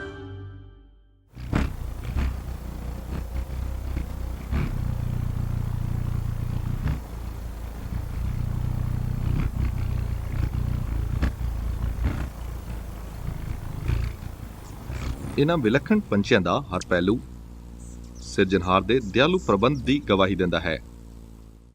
ਕੀ ਅਸੀਂ ਆਖਾਂਗੇ ਕਿ ਪਿਨਪਿਨਾਉਣ ਵਾਲੀ ਮੱਖੀ ਦੇ ਸਭਨਾਂ ਨੂੰ ਪਿਆਰ ਕਰਨ ਵਾਲੇ ਸਿਰਜਣਹਾਰ ਤੇ ਖਾਸ ਕਿਰਪਾ ਕੀਤੀ ਗਈ ਹੈ? ਨਹੀਂ, ਇਹ ਅਸਲੀ ਪਿਆਰ ਹਰੇਕ ਪ੍ਰਾਣੀ ਨੂੰ ਦਿੱਤਾ ਗਿਆ ਹੈ। ਜੇਕਰ ਅਸੀਂ ਸਾਵਧਾਨੀ ਨਾਲ ਕਿਸੇ ਵੀ ਪ੍ਰਾਣੀ ਦਾ ਅਧਿਐਨ ਕਰੀਏ, ਪ੍ਰਭੂ ਦੀ ਮਹਿਮਾ ਸਦਾ ਫੁੱਟ ਨਿਕਲੇਗੀ।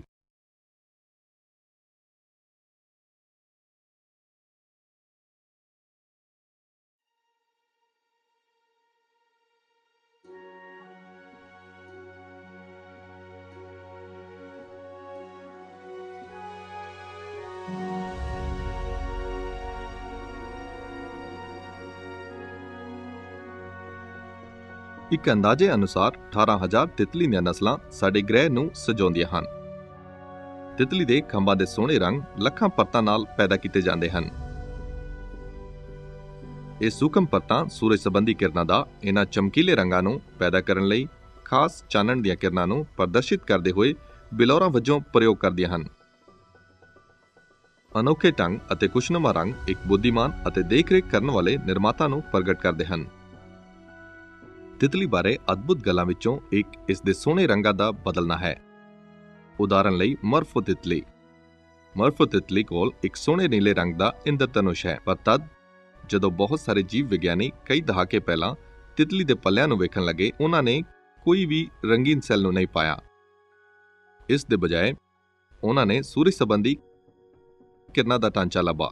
ਉਹਨਾਂ ਅਜਿਹੀ ਬਣਾਵਟ ਨੂੰ ਲੱਭਿਆ ਜੋ ਚਿੱਟੇ ਚਾਨਣ ਦੀ ਕੁਝ ਕਿਰਨਾਂ ਦੀ ਲੰਬਾਈ ਨੂੰ ਚੂਸਣ ਲਈ ਅਤੇ ਇੱਕ ਨੀਲੇ ਬੈਂਜਨੀ ਰੰਗਾਂ ਦੇ ਨਜ਼ਾਰੇ ਨਾਲ ਉਹੀ ਚਾਨਣ ਦੀਆਂ ਲਹਿਰਾਂ ਨੂੰ ਵਾਪਸ ਪ੍ਰਦਰਸ਼ਿਤ ਕਰਨ ਲਈ ਤਿਆਰ ਕੀਤੀ ਗਈ ਹੈ।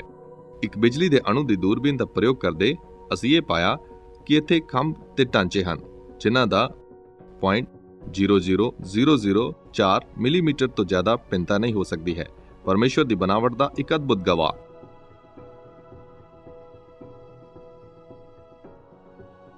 ਸਾਰੀਆਂ ਤਿਤਲੀਆਂ ਉਹਨਾਂ ਦੇ ਜੀਵਨ ਚੱਕਰ ਦੌਰਾਨ ਇੱਕ ਅਦਭੁਤ ਬਦਲਾਅ ਵਿੱਚੋਂ ਲੰਘਦੀਆਂ ਹਨ। ਕੀੜਾ ਇੱਕ ਅੰਡੇ ਵਜੋਂ ਸ਼ੁਰੂ ਹੁੰਦਾ, ਤਦ ਇੱਕ ਰੇਂਗਣ ਵਾਲਾ ਲਾਰਵਾ, ਫਿਰ ਕੋਸ਼ ਸਥਿਤੀ ਆਉਂਦੀ ਹੈ। ਇਸ ਸਥਿਤੀ ਦੌਰਾਨ ਲਾਰਵਾ ਲੈਬੱਧ ਖਿੱਚ ਵਿੱਚ ਹਿਲਜੁਲ ਆਰੰਭ ਕਰਦਾ, ਇਸ ਦੀ ਬਾਹਰੀ ਪਰਤ ਨੂੰ ਤੋੜਦਾ ਹੈ। ਇਸ ਦੀਆਂ ਲੱਤਾਂ ਅਤੇ ਸਿਰ ਕੋਸ਼ ਵਿੱਚ ਤੀਜੀ ਸਥਿਤੀ ਨੂੰ ਖੜਾ ਕਰਦੇ ਤੇਜ਼ੀ ਨਾਲ ਖਿਲਰਦੇ ਹਨ। ਤਦ ਪਹਿਲੇ ਦਿਨ ਦੇ ਅੰਦਰ ਹੀ ਲਾਰਵੇ ਦੇ ਅੰਗ ਇੱਕ ਝੱਗ ਵਾਲੇ ਦਰਵ ਵਿੱਚ ਵਿਘਟਨ ਹੁੰਦੇ ਹਨ। ਚਮਤਕਾਰੀ ਢੰਗ ਨਾਲ 1 ਤੋਂ 2 ਹਫ਼ਤਿਆਂ ਵਿੱਚ ਇੱਕ ਜਟਿਲ ਖੰਭਾਂ ਵਾਲੀ ਤਿਤਲੀ ਪ੍ਰਗਟ ਹੁੰਦੀ ਹੈ। ਇਹ ਰੂਪ ਬਦਲਣਾ ਦਿਨਾਂ ਵਿੱਚ ਹੁੰਦਾ ਹੈ, ਲੱਖਾਂ ਸਾਲਾਂ ਵਿੱਚ ਨਹੀਂ। ਬਾਲਕ ਤਿਤਲੀ ਦੀਆਂ ਹੁਣ 6 ਹਿੱਸਿਆਂ ਵਿੱਚ ਲੱਤਾਂ, ਇੱਕ ਪਤਲਾ ਸਿੰਗ, ਇੱਕ ਖਾਸ ਭੋਜਨ ਨਲੀ, 2 ਅਦਭੁਤ ਸੰਯੁਕਤ ਅੱਖਾਂ, ਜਟਿਲ ਪੁਨਰ ਉਤਪਾਦਨ ਦੇ ਅੰਗ ਅਤੇ 4 ਸੱਜੇ ਹੋਏ ਖੰਭ ਹਨ।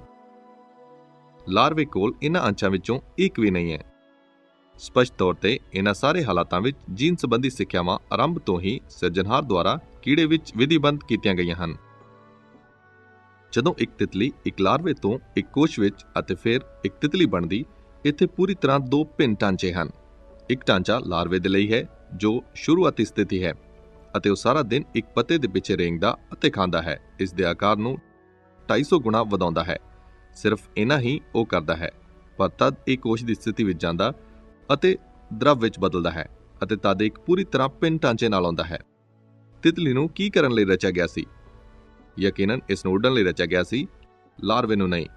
ਇਸ ਨੂੰ ਫੁੱਲਾਂ ਤੋਂ ਮਧੁਰਸ ਨੂੰ ਪੀਣ ਨੂੰ ਰਚਿਆ ਗਿਆ ਸੀ, ਪਰ ਇਸ ਦੇ ਨਾਲ ਹੀ ਇਹ ਫੁੱਲਾਂ ਨੂੰ ਖਾਦ ਦਿੰਦਾ ਹੈ ਅਤੇ ਇੱਕ ਦੇਸ਼ ਤੋਂ ਦੂਜੇ ਦੇਸ਼ ਨੂੰ ਜਾਣ ਦੇ ਯੋਗ ਹੋਣ ਲਈ ਤਿਆਰ ਕੀਤਾ ਗਿਆ ਸੀ, ਕਈ ਸਥਿਤੀਆਂ ਵਿੱਚ ਹਜ਼ਾਰਾਂ ਕਿਲੋਮੀਟਰ। ਇਸ ਤਰ੍ਹਾਂ ਇਹ ਖਾਸ ਗੱਲਾਂ ਲਈ ਤਿਆਰ ਕੀਤਾ ਗਿਆ ਸੀ। ਲਾਰਵਾ ਇੱਕ ਗੱਲ ਕਰਨ ਲਈ ਹੈ, ਖਾਣਾ ਅਤੇ ਵਧਣਾ, ਅਤੇ ਤਿਤਲੀ ਨੇ ਕਈ ਗੱਲਾਂ ਨੂੰ ਕਰਨਾ ਹੈ, ਖਾਣਾ, ਵਧਣਾ, ਉਪਜਾਊ ਕਰਨਾ ਅਤੇ ਸਾਥ ਦੇਣਾ।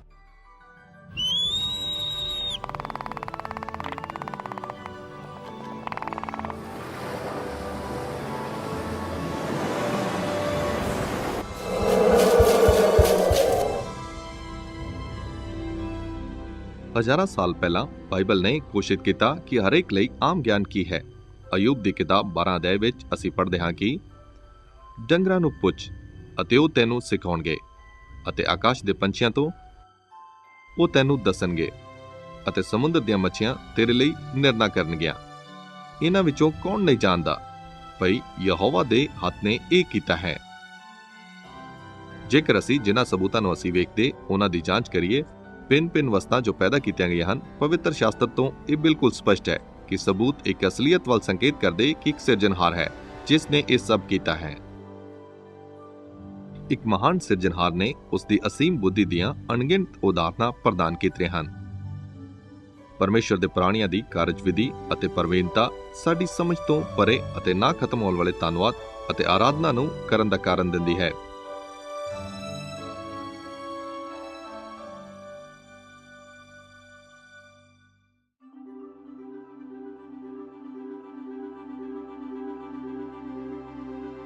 ਜਦ ਕਿ ਸਾਰੀ ਸ੍ਰਿਸ਼ਟੀ ਪਰਮੇਸ਼ਰ ਦੇ ਚਰਿੱਤਰ ਦੇ ਪਹਿਲੂਆਂ ਨੂੰ ਪ੍ਰਦਰਸ਼ਿਤ ਕਰਦੀ, ਸਿਰਫ ਮਨੁੱਖ ਪਰਮੇਸ਼ਰ ਦੇ ਸਵਰੂਪ ਵਿੱਚ ਰਚਿਆ ਗਿਆ ਸੀ।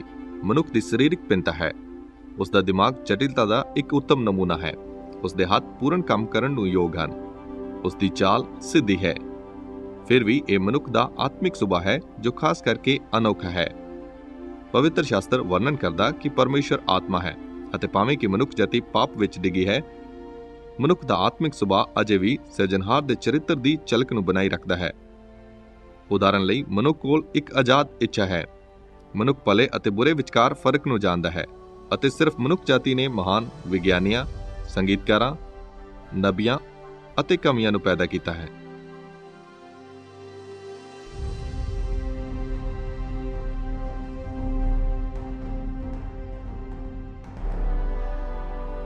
ਮਨੁੱਖ ਜਾਤੀ ਨੂੰ ਸ਼ਾਨਦਾਰ ਸਰੀਰਕ ਗੁਣਾਂ ਨਾਲ ਰਚਿਆ ਗਿਆ ਹੈ। ਉਦਾਹਰਨ ਲਈ, ਮਨੁੱਖੀ ਅੱਖ ਆਪਣੇ ਆਪ ਕੇਂਦਰ ਹੋਣ ਨਾਲ ਹਰੇਕ ਦਿਨ 10,000 ਵਾਰ ਘੁੰਮਦੀ ਹੈ ਅਤੇ 1.5 ਲੱਖ ਸਮਕਾਲੀ ਸੰਦੇਸ਼ਾਂ ਨੂੰ ਸੰਭਾਲ ਸਕਦੀ ਹੈ। ਅੱਖ ਵੀ ਆਪਣੇ ਆਪ ਸਾਫ਼ ਕਰਨ ਵਾਲੀ ਪਲਕਾਂ ਅਤੇ ਸਾਫ਼ ਕਰਨ ਵਾਲੇ ਦਰਵ ਨਾਲ ਬਣਾਈ ਗਈ ਹੈ, ਅਤੇ ਅੱਖ ਕੋਲ ਆਪਣੇ ਆਪ ਨੂੰ ਚੰਗਾ ਕਰਨ ਦੀ ਯੋਗਤਾ ਹੈ। ਇਸ ਤੋਂ ਇਲਾਵਾ ਪਰਮੇਸ਼ਰ ਨੇ ਮਨੁੱਖੀ ਅੱਖ ਨੂੰ ਲੱਖਾਂ ਰੰਗਾਂ ਵਿੱਚ ਫਰਕ ਵੇਖਣ ਵਜੋਂ ਅਤੇ ਉਸ ਦੇ ਮਨ ਨੂੰ ਸ੍ਰਿਸ਼ਟੀ ਰਾਹੀਂ ਵੇਖੀ ਜਾਂਦੀ ਸੁੰਦਰਤਾ ਦੇ ਨਜ਼ਾਰੇ ਦੀ ਪ੍ਰਸ਼ੰਸਾ ਕਰਨ ਲਈ ਤਿਆਰ ਕੀਤਾ ਹੈ। ਬਹੁਤ ਸਾਰੇ ਲੋਕ ਇਸ ਨੂੰ ਨਹੀਂ ਪਛਾਣਦੇ, ਪਰ ਅੱਖ ਦਿਮਾਗ ਦਾ ਹਿੱਸਾ ਹੈ। ਇਹ ਭਰੂਣ ਵਿੱਚ ਕਲੀ ਦਾ ਵਿਸਤਾਰ ਹੈ ਜੋ ਦਿਮਾਗ ਤੋਂ ਕਲੀ ਨਿਕਲਦੀ, ਅਤੇ ਇੱਥੇ ਛੋਟੀ ਖਿੜਕੀ ਹੈ ਜੋ ਚਮੜੀ ਵਿੱਚ ਵਿਕਸਿਤ ਹੁੰਦੀ, ਜਿਸ ਨੂੰ ਅੱਖ ਦਾ ਬਾਹਰੀ ਪਰਦਾ ਕਿਹਾ ਜਾਂਦਾ ਹੈ। ਕਿ ਉਹ ਮਹਾਨ ਨਹੀਂ ਹੈ? ਅੱਖ ਦੀ ਪੁਤਲੀ ਸੂਖਮਤਾ ਨਾਲ ਰੱਖੀ ਗਈ ਹੈ, ਜਿੱਥੇ ਇੱਕ ਸਪਸ਼ਟ ਖਿੜਕੀ ਚਮੜੀ ਵਿੱਚ ਵਿਕਸਿਤ ਹੁੰਦੀ, ਤਾਂ ਜੋ ਅਸੀਂ ਉਸ ਰਾਹੀਂ ਵੇਖ ਸਕੀਏ। ਇਹ 1 ਤੋਂ 10 ਅਰਬ ਦੀ ਦਰ ਤੇ ਚਾਨਣ ਲਈ ਸੰਵੇਦਨਸ਼ੀਲ ਹੈ। ਉਹ ਹੈ, ਅਸੀਂ ਇੱਕ ਚਮਕਦਾਰ ਵਸਤੂ ਨੂੰ ਵੇਖ ਸਕਦੇ ਹਾਂ। ਇੱਕ ਸੂਰਜ ਦੀ ਚਮਕ ਨਾਲ ਢਕੇ ਇੱਕ ਬਰਫੀਲੇ ਨਜ਼ਾਰੇ ਤੋਂ ਲੈ ਕੇ ਚਾਨਣ ਦੀ ਇੱਕ ਨਿੱਕੀ ਜਿਹੀ ਕਿਰਨ ਤੱਕ, ਉਹ ਚਾਨਣ ਦੀ ਸਭ ਤੋਂ ਛੋਟੀ ਇਕਾਈ ਹੈ, ਅਤੇ ਜਿੱਥੇ ਕਿਤੇ ਵੀ ਤੁਸੀਂ ਵੇਖੋ, ਕੇਂਦਰ ਆਪਣੇ ਆਪ ਹੈ, ਅਤੇ ਦੋਵੇਂ ਅੱਖਾਂ ਇੱਕੋ ਹੀ ਸਥਾਨ ਤੇ ਵੇਖਦੀਆਂ ਹਨ ਜਿੱਥੇ ਕਿਤੇ ਵੀ ਅਸੀਂ ਵੇਖੀਏ। ਜੇਕਰ ਉਹ 1 ਡਿਗਰੀ ਦਾ ਫਰਕ ਰੱਖਣ, ਤੁਸੀਂ ਦੋਹਰਾ ਵੇਖੋਗੇ। ਇਸ ਤਰ੍ਹਾਂ ਹੈ ਜਿਵੇਂ ਕਿ ਕਿਸੇ ਕੋਲ 6 ਜੋੜੇ ਪਿਸਤੌਲ ਦੇ ਹਨ ਜੋ ਗੋਲੀ ਮਾਰ ਸਕਦੇ, ਅਤੇ ਜਿੱਥੇ ਵੀ ਉਹ ਗੋਲੀ ਮਾਰਦੇ, ਦੋਵੇਂ ਗੋਲੀਆਂ ਇੱਕ ਹੀ ਸ਼ੇਕ ਕਰਦੀਆਂ ਹਨ, ਤੁਰੰਤ, ਹਰ ਜਗ੍ਹਾ, ਅਤੇ ਉਹ ਹੀ ਅੱਖਾਂ ਕਰ ਰਹੀਆਂ ਹਨ। ਜਿੱਥੇ ਕਿਤੇ ਵੀ ਅਸੀਂ ਵੇਖਦੇ, ਅਸੀਂ ਪਰਮੇਸ਼ਰ ਦਾ ਜ਼ਬਰਦਸਤ ਸਬੂਤ ਵੇਖ ਸਕਦੇ ਹਾਂ। ਅਤੇ ਯਕੀਨਨ ਜਦੋਂ ਮਨੁੱਖ ਉਸ ਦਾ ਇਨਕਾਰ ਕਰਦਾ ਹੈ, ਉਹ ਪੂਰੀ ਤਰ੍ਹਾਂ ਬਹਾਨੇ ਤੋਂ ਬਿਨਾਂ ਹੈ, ਠੀਕ ਉਵੇਂ ਹੀ ਜਿਵੇਂ ਕਿ ਰੋਮੀਆਂ 1 ਦੀ ਵੀ ਸਾਨੂੰ ਦੱਸਦੀ ਹੈ। ਇਸ ਤੋਂ ਵੀ ਵੱਧ ਦਿਮਾਗ ਨੂੰ ਝੰਜੋੜਨ ਵਾਲੀ ਗੱਲ, ਪ੍ਰਭੂ ਨੇ ਸਾਰੇ ਮਨੁੱਖਾਂ ਦੀਆਂ ਗਿਆਨ ਇੰਦਰੀਆਂ ਨੂੰ ਨਿੱਜੀ ਤੌਰ ਤੇ ਜੋੜਨ ਨਾਲ ਤਿਆਰ ਕੀਤਾ ਹੈ। ਜਦੋਂ ਅਸੀਂ ਭੋਜਨ ਨੂੰ ਵੇਖਦੇ, ਸਾਡਾ ਢਿੱਡ ਗੁਰਾਉਂਦਾ ਅਤੇ ਸਾਡਾ ਮੂੰਹ ਲਾਰ ਸੁੱਟਦਾ ਹੈ। ਇੱਕ ਪੁਰਾਣੇ ਮਿੱਤਰ ਦੀ ਆਵਾਜ਼ ਨੂੰ ਸੁਣ ਕੇ ਸਾਡਾ ਦਿਲ ਖੁਸ਼ੀ ਨਾਲ ਉਛਲ ਸਕਦਾ ਹੈ ਅਤੇ ਦਾਦੀ ਦੇ ਭੋਜਨ ਬਣਾਉਣ ਦੀ ਥੋੜੀ ਜਿਹੀ ਖੁਸ਼ਬੂ ਬੀਤੇ ਸਮੇਂ ਦੀਆਂ ਯਾਦਾਂ ਨੂੰ ਜਗਾ ਸਕਦੀ ਹੈ। ਫਿਰ ਵੀ ਸਾਡਾ ਸਰੀਰਕ ਬਨਾਵਟੀਪਨ ਸਾਡੇ ਆਤਮਿਕ ਸੁਭਾਅ ਦੀ ਤੁਲਨਾ ਵਿੱਚ ਫਿੱਕਾ ਪੈਂਦਾ ਹੈ। ਮਨੁੱਖ ਆਤਮ ਵਿਵੇਕੀ ਹੈ ਅਤੇ ਖੁਦ ਸੋਚ ਵਿਚਾਰ ਕਰਨ ਦੇ ਯੋਗ ਹੈ। ਮਨੁੱਖ ਇੱਕ ਤਰਕਸੰਗਤ ਪ੍ਰਾਣੀ ਵਜੋਂ ਰਚਿਆ ਗਿਆ ਸੀ। ਸੋਚ ਵਿਚਾਰ ਕਰਨ ਅਤੇ ਸਿੱਖਣ ਦੀ ਯੋਗਤਾ ਪ੍ਰਦਾਨ ਕੀਤੀ ਗਈ ਸੀ। ਮਨੁੱਖ ਨੂੰ ਬੀਤੇ ਅਨੁਭਵ ਨੂੰ ਯਾਦ ਰੱਖਣ ਦੀ ਯੋਗਤਾ ਦਿੱਤੀ ਗਈ ਸੀ ਅਤੇ ਉਸ ਦੀ ਯਾਦਾਸ਼ਤ ਉਸ ਨੂੰ ਪਰਮੇਸ਼ਰ ਦੀ ਭਲਾਈ ਨੂੰ ਚਿਤਰਿਤ ਕਰਨ ਯੋਗ ਬਣਾਉਂਦੀ ਹੈ। ਉਤਪਤ ਦੀ ਕਿਤਾਬ ਦੇ ਅਨੁਸਾਰ ਮਨੁੱਖ ਪਰਮੇਸ਼ਰ ਦੇ ਸਵਰੂਪ ਅਨੁਸਾਰ ਬਣਾਇਆ ਗਿਆ ਸੀ। ਇਸ ਦਾ ਅਰਥ ਹੈ ਕਿ ਉਸ ਕੋਲ ਗੁਣ, ਯੋਗਤਾਵਾਂ ਅਤੇ ਸਮਰੱਥਾ ਸੀ ਜੋ ਪਰਮੇਸ਼ਰ ਨੇ ਉਸ ਨੂੰ ਦਿੱਤੀ ਸੀ। ਜਦੋਂ ਅਸੀਂ ਉਤਪਤ 4 ਦੇ ਵੇਰਵੇ ਨੂੰ ਪੜ੍ਹਦੇ ਹਾਂ ਜੋ ਡਿੱਗਣ ਤੋਂ ਬਾਅਦ ਦਾ ਹੈ, ਅਸੀਂ ਇਹਨਾਂ ਯੋਗਤਾਵਾਂ ਅਤੇ ਸਮਰੱਥਾ ਨੂੰ ਵੇਖਾਂਗੇ। ਉਦਾਹਰਨ ਲਈ, ਮਨੁੱਖ ਸ਼ਹਿਰ ਬਣਾ ਸਕਦਾ ਸੀ, ਉਹ ਸੰਗੀਤ ਦੇ ਸਾਜ਼ਾਂ ਨੂੰ ਬਣਾ ਸਕਦਾ ਅਤੇ ਵਜਾ ਸਕਦਾ ਸੀ, ਉਹ ਤਾਤ ਵਿਗਿਆਨ ਨੂੰ ਜਾਣਦਾ ਸੀ, ਉਹ ਖੇਤੀਬਾੜੀ ਨੂੰ ਸਮਝ ਗਿਆ, ਉਹ ਕਵਿਤਾ ਅਤੇ ਸਾਹਿਤ ਲਿਖ ਸਕਦਾ ਸੀ। ਇਸ ਦੇ ਨਾਲ ਹੀ ਮਨੁੱਖ ਨੂੰ ਇੱਕ ਆਤਮਿਕ ਅੰਸ਼ ਦੇ ਨਾਲ ਵੀ ਬਣਾਇਆ ਗਿਆ ਸੀ। ਮਨੁੱਖ ਦੇ ਕੋਲ ਚੁਣਨ ਦੀ ਇੱਕ ਆਜ਼ਾਦੀ ਅਤੇ ਇੱਕ ਵਿਵੇਕ ਸੀ। ਇਸ ਲਈ ਅਸੀਂ ਵੇਖਦੇ ਹਾਂ ਕਿ ਪਰਮੇਸ਼ਰ ਨੇ ਮਨੁੱਖ ਨੂੰ ਬਾਕੀ ਦੀ ਸ੍ਰਿਸ਼ਟੀ ਤੋਂ ਅਨੋਖਾ ਰਚਿਆ ਸੀ। ਮਨੁੱਖ ਜਾਤੀ ਅਤੇ ਜਾਨਵਰਾਂ ਵਿਚਕਾਰ ਇੱਥੇ ਫਰਕ ਹਨ। ਇੱਕ ਬਾਈਬਲ ਦੀ ਆਇਤ ਜੋ ਮਨ ਵਿੱਚ ਆਉਂਦੀ, ਉਹ ਉਪਦੇਸ਼ਕ ਦੀ ਪੋਥੀ 3 ਅਧਿਆਇ ਦੀ 11ਵੀਂ ਆਇਤ ਹੈ। ਇਹ ਆਇਤ ਆਖਦੀ ਹੈ ਕਿ ਅਸੀਂ ਖਾਸ ਹਾਂ ਅਤੇ ਕਿ ਪਰਮੇਸ਼ਰ ਨੇ ਸਾਡੇ ਦਿਲਾਂ ਵਿੱਚ ਸਦੀਪਕ ਕਾਲ ਨੂੰ ਰੱਖਿਆ ਹੈ।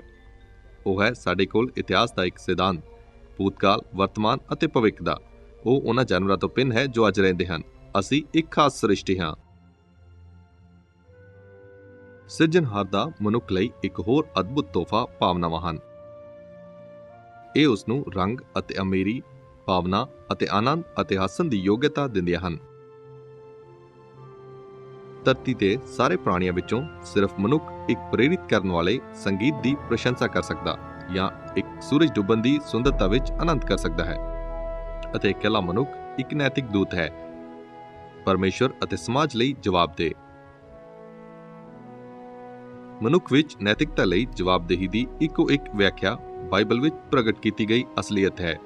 ਨਾਮ ਅਨੁਸਾਰ ਕਿ ਮਨੁੱਖ ਪਰਮੇਸ਼ਰ ਦੇ ਸਵਰੂਪ ਵਿੱਚ ਸਿਰਜਿਆ ਗਿਆ ਸੀ ਅਤੇ ਇਸ ਲਈ ਪਰਮੇਸ਼ਰ ਵਰਗਾ ਇੱਕ ਪ੍ਰਾਣੀ ਬਣਾਇਆ ਗਿਆ ਸੀ।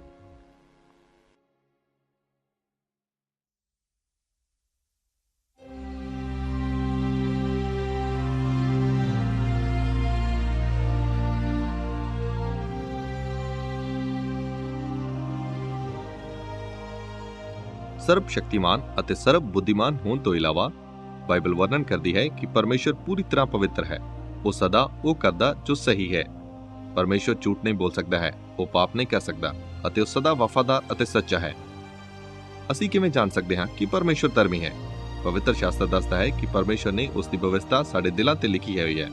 ਸਿਰਜਣਹਾਰ ਦਾ ਪਵਿੱਤਰ ਸੁਭਾਅ ਹਰ ਇੱਕ ਮਨੁੱਖ ਤੇ ਵਿਵੇਕ ਰਾਹੀਂ ਪ੍ਰਗਟ ਕੀਤਾ ਗਿਆ ਹੈ। ਵਿਵੇਕ ਸਹੀ ਅਤੇ ਗਲਤ ਦਾ ਪਰਮੇਸ਼ਰ ਦੁਆਰਾ ਦਿੱਤਾ ਗਿਆ ਗਿਆਨ ਹੈ। ਇਸ ਲਈ ਮਨੁੱਖ ਜਾਣਦਾ ਹੈ ਕਿ ਉਸ ਦਾ ਸਿਰਜਣਹਾਰ ਨੈਤਿਕ, ਨਿਯਮ ਦੇਣ ਵਾਲਾ ਅਤੇ ਨਿਆਂਈ ਦੋਵੇਂ ਹੈ।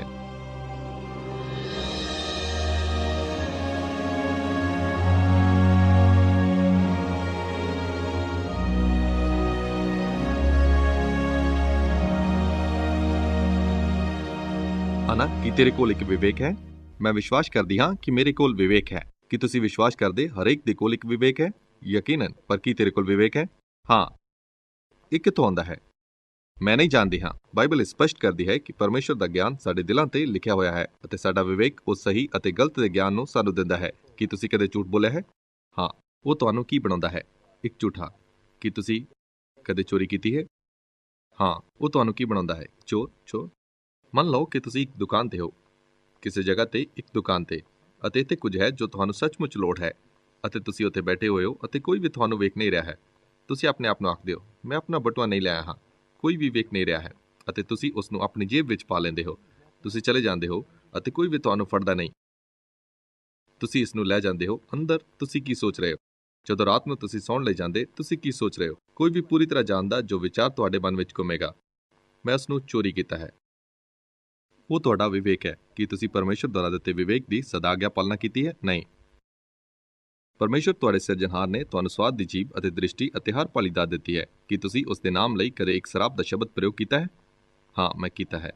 ਯਿਸੂ ਨੇ ਆਖਿਆ, ਤੁਸੀਂ ਸੁਣਿਆ ਹੈ ਕਿ ਇਹ ਕਿਹਾ ਗਿਆ ਸੀ, ਤਾਂ ਵਿਭਚਾਰ ਨਾ ਕਰੀਂ। ਪਰ ਮੈਂ ਤੁਹਾਨੂੰ ਆਖਦਾ ਹਾਂ, ਜੇਕਰ ਤੁਸੀਂ ਬੁਰੀ ਨਜ਼ਰ ਨਾਲ ਇੱਕ ਲੜਕੀ ਨੂੰ ਵੇਖੋ ਤਾਂ ਤੁਸੀਂ ਦਿਲ ਵਿੱਚ ਉਸ ਨਾਲ ਵਿਭਚਾਰ ਕਰ ਚੁੱਕੇ। ਕੀ ਤੁਸੀਂ ਇੱਕ ਲੜਕੀ ਨੂੰ ਕਦੇ ਬੁਰੀ ਨਜ਼ਰ ਨਾਲ ਵੇਖਿਆ ਹੈ? ਹਾਂ, ਮੈਂ ਵੇਖਿਆ ਹੈ। ਠੀਕ, ਤੁਸੀਂ ਉਸ ਹੁਕਮ ਨੂੰ ਤੋੜਿਆ ਹੈ। ਠੀਕ, ਹਾਂ। ਪਰਮੇਸ਼ਰ ਆਖਦਾ ਹੈ ਕਿ ਉਸਨੇ ਉਸਦੇ ਨਿਯਮ ਹਰੇਕ ਮਨੁੱਖੀ ਵਿਵੇਕ ਤੇ ਲਿਖੇ ਹੋਏ ਹਨ। ਇਸ ਲਈ ਉਹਨਾਂ ਸਾਰਿਆਂ ਕੋਲ ਕੋਈ ਬਹਾਨਾ ਨਹੀਂ ਹੈ। ਹਰ ਕੋਈ ਜਾਣਦਾ ਹੈ ਕਿ ਉਹ ਪਾਪੀ ਹੈ। ਹਰੇਕ ਜਾਣਦਾ ਹੈ ਕਿ ਉਸਨੇ ਪਰਮੇਸ਼ਰ ਦੇ ਨਿਯਮਾਂ ਨੂੰ ਤੋੜਿਆ ਹੈ। ਹਰੇਕ ਜਾਣਦਾ ਹੈ ਕਿ ਉਸਨੇ ਸਹੀ ਨਹੀਂ ਕੀਤਾ ਹੈ। ਸਾਡੇ ਕੋਲ ਸਹੀ ਅਤੇ ਗਲਤ ਨੂੰ ਜਾਣਨ ਦੀ ਯੋਗਤਾ ਹੈ। ਜੇਕਰ ਸਾਡੇ ਕੋਲ ਚੰਗੇ ਨੂੰ ਜਾਣਨ ਦੀ ਯੋਗਤਾ ਹੈ ਤਾਂ ਪਰਮੇਸ਼ਰ ਨੂੰ ਵੀ ਜਾਣਨਾ ਚਾਹੀਦਾ ਹੈ। ਉਹ ਨੈਤਿਕਤਾ ਦਾ ਨਤੀਜਾ ਪ੍ਰਕਾਸ਼ ਹੋਣਾ ਚਾਹੀਦਾ ਹੈ। ਸਿਰਜਣਹਾਰ ਕੀ ਭਲਾ ਅਤੇ ਕੀ ਬੁਰਾ ਹੈ, ਕਿਉਂਕਿ ਉਸ ਤੋਂ ਬਿਨਾਂ ਅਸੀਂ ਕਿਵੇਂ ਜਾਣਾਂਗੇ ਕਿ ਸਹੀ ਕੀ ਹੈ ਅਤੇ ਗਲਤ ਕੀ ਹੈ? ਹਾਂ, ਮੈਂ ਜਾਣਦਾ ਹਾਂ, ਉਹ ਅਦਭੁਤ ਹੈ।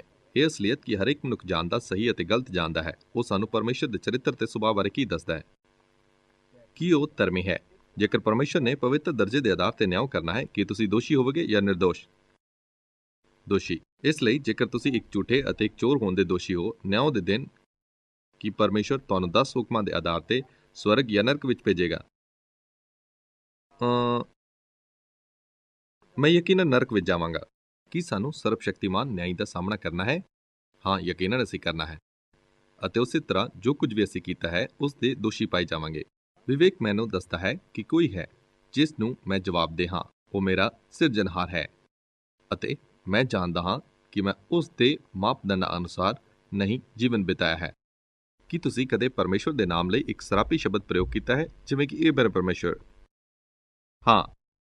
ਕੀ ਤੁਸੀਂ ਉਸ ਸਮੇਂ ਬਾਰੇ ਸੋਚ ਸਕਦੇ ਜਦੋਂ ਤੁਹਾਡਾ ਵਿਵੇਕ ਤੁਹਾਡੇ ਤੇ ਚੀਕਿਆ ਸੀ, ਕੁਝ ਅਜਿਹਾ ਜੋ ਤੁਸੀਂ ਭੂਤਕਾਲ ਵਿੱਚ ਕੀਤਾ, ਜਿੱਥੇ ਕਿ ਇਹ ਐਵੇਂ ਸੀ, ਅਲਨ ਉਹ ਨਾ ਕਰ, ਜਾਂ ਅਲਨ ਤੈਨੂੰ ਇਹ ਨਹੀਂ ਕਰਨਾ ਚਾਹੀਦਾ ਸੀ? ਹਾਂ। ਜੇਕਰ ਤੁਸੀਂ ਯਾਦ ਰੱਖ ਸਕਦੇ, ਕੀ ਤੁਸੀਂ ਸੋਚਦੇ ਹੋ ਕਿ ਸਾਡਾ ਸਿਰਜਣਹਾਰ ਇਸ ਨੂੰ ਯਾਦ ਰੱਖ ਸਕਦਾ ਹੈ? ਹਾਂ। ਕੀ ਤੁਸੀਂ ਸੋਚਦੇ ਹੋ ਕਿ ਵਿਵੇਕ ਸਾਨੂੰ ਦੱਸਦਾ ਹੈ ਕਿ ਸਾਨੂੰ ਇੱਕ ਮੁਕਤੀਦਾਤਾ ਦੀ ਲੋੜ ਹੈ? ਹਾਂ। ਅਤੇ ਤੁਸੀਂ ਜਾਣਦੇ ਹੋ ਕਿ ਪਰਮੇਸ਼ਰ ਵਿਅਕਤੀਗਤ ਪਿਆਰ ਅਤੇ ਇੱਕ ਸਬੰਧ ਦਾ ਨਿਆਂ ਲਈ ਸਮਝੌਤਾ ਨਹੀਂ ਕਰਨ ਵਾਲਾ ਪਰਮੇਸ਼ਰ ਹੈ। ਇਸ ਤਰ੍ਹਾਂ ਹੀ ਇਹ ਹੋ ਸਕਦਾ ਹੈ।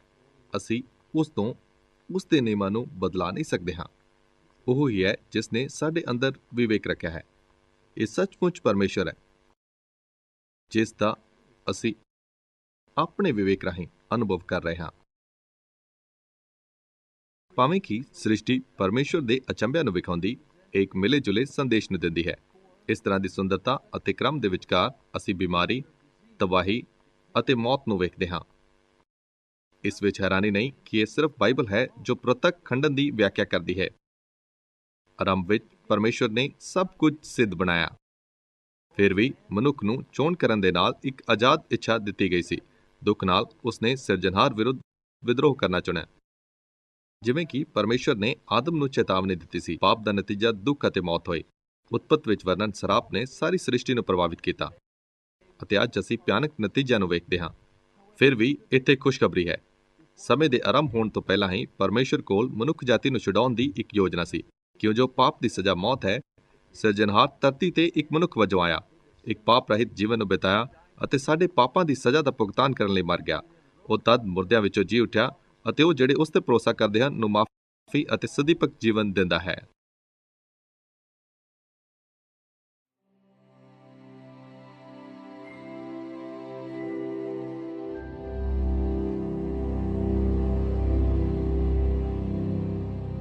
ਜਿਵੇਂ ਕਿ ਇਹ ਫਿਲਮ ਚਿਤਰਿਤ ਕਰਦੀ ਪਈ ਹੈ, ਸ੍ਰਿਸ਼ਟੀ ਵਿੱਚ ਅਸੀਂ ਪਰਮੇਸ਼ਰ ਦੀ ਬੁੱਧੀ, ਸ਼ਕਤੀ ਅਤੇ ਅਚੰਭੇ ਨੂੰ ਵੇਖਦੇ ਹਾਂ।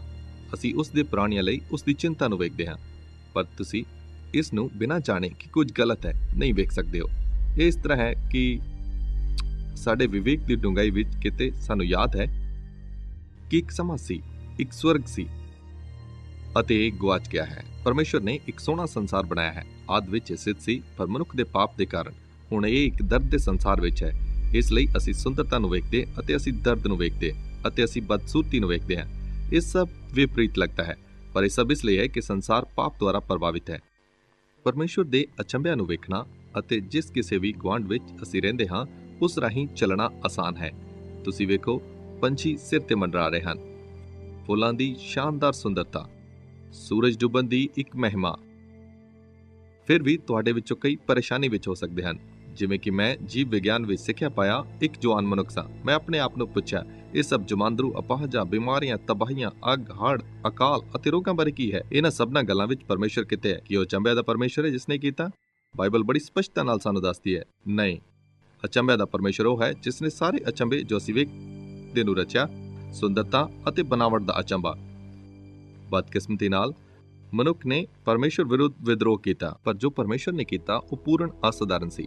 ਭਾਵੇਂ ਕਿ ਅਸੀਂ ਉਸ ਵਿਰੁੱਧ ਵਿਦਰੋਹ ਕੀਤਾ ਅਤੇ ਅਸੀਂ ਜਿਉਂਦੇ ਰਹਿਣ ਦੇ ਹੱਕਦਾਰ ਵੀ ਨਹੀਂ ਸਾਂ, ਅਸੀਂ ਹੋਂਦ ਵਿੱਚ ਹੋਣ ਦੇ ਹੱਕਦਾਰ ਨਹੀਂ ਸਾਂ, ਫਿਰ ਵੀ ਉਹ ਸਾਡੇ ਵਰਗਾ ਇੱਕ ਬਣਨ ਲਈ ਸੰਸਾਰ ਵਿੱਚ ਆਇਆ। ਯਿਸੂ ਨੇ ਆਖਿਆ, ਪਰਮੇਸ਼ਰ ਨੇ ਜਗਤ ਨਾਲ ਅਜਿਹਾ ਪਿਆਰ ਕੀਤਾ ਕਿ ਉਸਨੇ ਆਪਣਾ ਇਕਲੌਤਾ ਪੁੱਤਰ ਦੇ ਦਿੱਤਾ। ਕੀ ਤੁਸੀਂ ਆਪਣਾ ਪੁੱਤਰ ਦੇਵੋਗੇ, ਇਹ ਜਾਣਦੇ ਹੋਏ ਕਿ ਉਹ ਨਫ਼ਰਤ ਕੀਤਾ ਅਤੇ ਸਤਾਇਆ ਅਤੇ ਕੋਰੜੇ ਮਾਰਿਆ ਅਤੇ ਕੁੱਟਿਆ ਅਤੇ ਤਾਂ ਠੱਠਾ ਕੀਤਾ ਅਤੇ ਸਲੀਬ ਦਿੱਤਾ ਜਾਵੇਗਾ? ਪਰਮੇਸ਼ਰ ਜਾਣਦਾ ਸੀ ਕਿ ਕੀ ਹੋਵੇਗਾ। ਮੈਂ ਅਕਸਰ ਯਿਸੂ ਬਾਰੇ ਸੋਚਦਾ, ਉਹ ਵੀ ਪਹਿਲਾਂ ਤੋਂ ਹੀ ਜਾਣਦਾ ਸੀ ਕਿ ਉਹ ਕਿਸ ਦਾ ਸਾਹਮਣਾ ਕਰੇਗਾ। ਕੋਈ ਵੀ ਹੈਰਾਨ ਹੋ ਸਕਦਾ ਹੈ ਕਿ ਇੱਕ ਮਨੁੱਖ ਕਾਫੀ ਸਮਾਂ ਪਹਿਲਾਂ ਸਾਨੂੰ ਸੰਭਾਵੀ ਮੌਤ ਤੋਂ ਬਚਾਉਣ ਲਈ ਧੂੜ ਮਿੱਟੀ ਦੀਆਂ ਸੜਕਾਂ ਤੇ ਤੁਰਿਆ। ਉਹ ਸਾਨੂੰ ਕਿਵੇਂ ਨਵੇਂ ਜਨਮ ਵਿੱਚ ਖੜਾ ਕਰ ਸਕਦਾ ਹੈ। ਪਰ ਯਾਦ ਰੱਖੋ, ਯਿਸੂ ਮਸੀਹ ਜੋ ਸਾਡੇ ਲਈ ਮਰ ਗਿਆ, ਜੀਵਨ ਦਾ ਸਿਰਜਣਹਾਰ ਹੈ।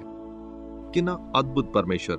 ਅਸਲੀਅਤ ਕਿ ਉਹ ਅਸਲ ਵਿੱਚ ਸਾਡੇ ਪਾਪ ਦੀ ਸਜ਼ਾ ਦੇ ਭੁਗਤਾਨ ਲਈ ਅਤੇ ਤਦ ਜੋ ਅਸੀਂ ਕੀਤਾ ਸੀ ਤੋਂ ਸਾਨੂੰ ਬਚਾਉਣ ਲਈ ਮੁਕਤੀ ਦਾ ਮੁਫਤ ਤੋਹਫਾ ਦੇਣ ਲਈ ਸਾਡੇ ਸੰਸਾਰ ਵਿੱਚ ਆਇਆ। ਤੁਸੀਂ ਵੇਖੋ, ਅਸਲ ਵਿੱਚ ਅਸੀਂ ਸ੍ਰਿਸ਼ਟੀ ਦੇ ਪਰਮੇਸ਼ਰ ਵਿਰੁੱਧ ਵੱਡਾ ਰਾਜਦਰੋਹ ਕੀਤਾ ਸੀ, ਅਤੇ ਫਿਰ ਵੀ ਉਹਨੇ ਸਾਨੂੰ ਇੰਨਾ ਪਿਆਰ ਕੀਤਾ ਕਿ ਉਹ ਸਾਡੇ ਪਾਪਾਂ ਦੇ ਭੁਗਤਾਨ ਦਾ ਪ੍ਰਬੰਧ ਕਰਨ ਲਈ ਸੰਸਾਰ ਵਿੱਚ ਆਇਆ, ਤਾਂ ਜੋ ਅਸੀਂ ਸਦੀਪਕ ਕਾਲ ਉਸ ਨਾਲ ਬਿਤਾ ਸਕੀਏ। ਵਾਹ, ਕਿੰਨਾ ਅਦਭੁਤ ਪਰਮੇਸ਼ਰ!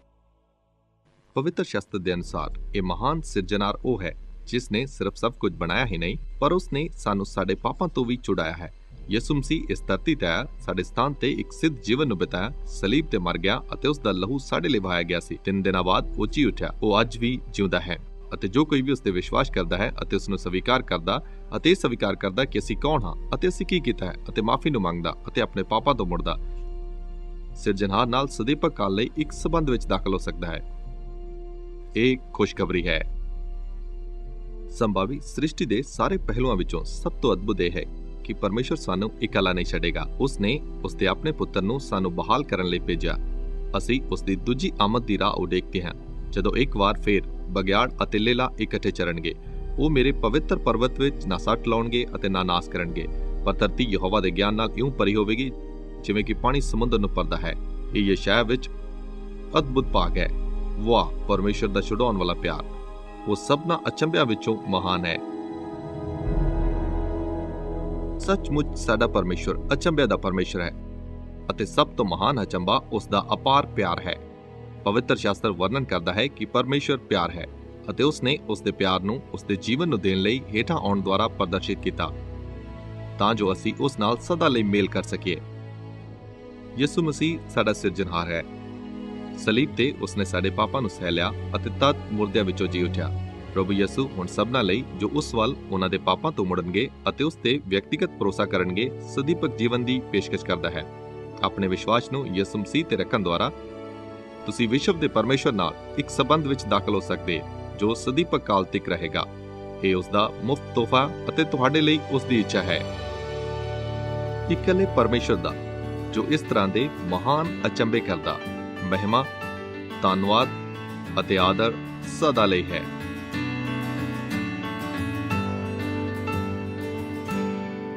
Bless the Lord, O my soul, bless His holy, His wonderful name.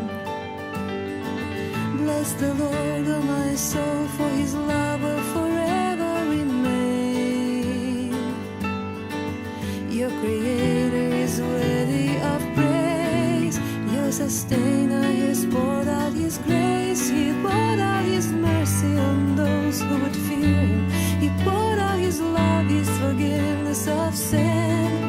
Bless the Lord, O my soul, bless His holy, His wonderful name.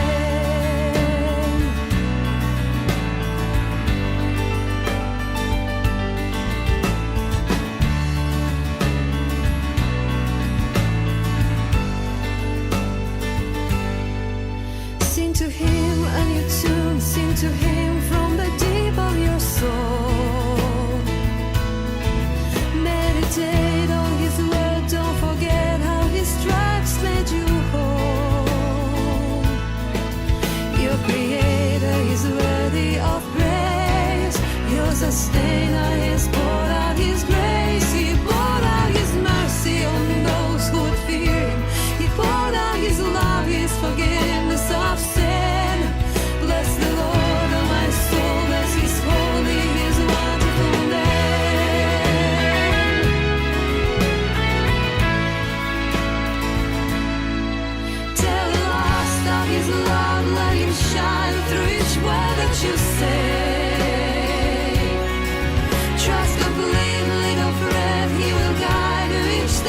of the way. You are his, nothing may come between.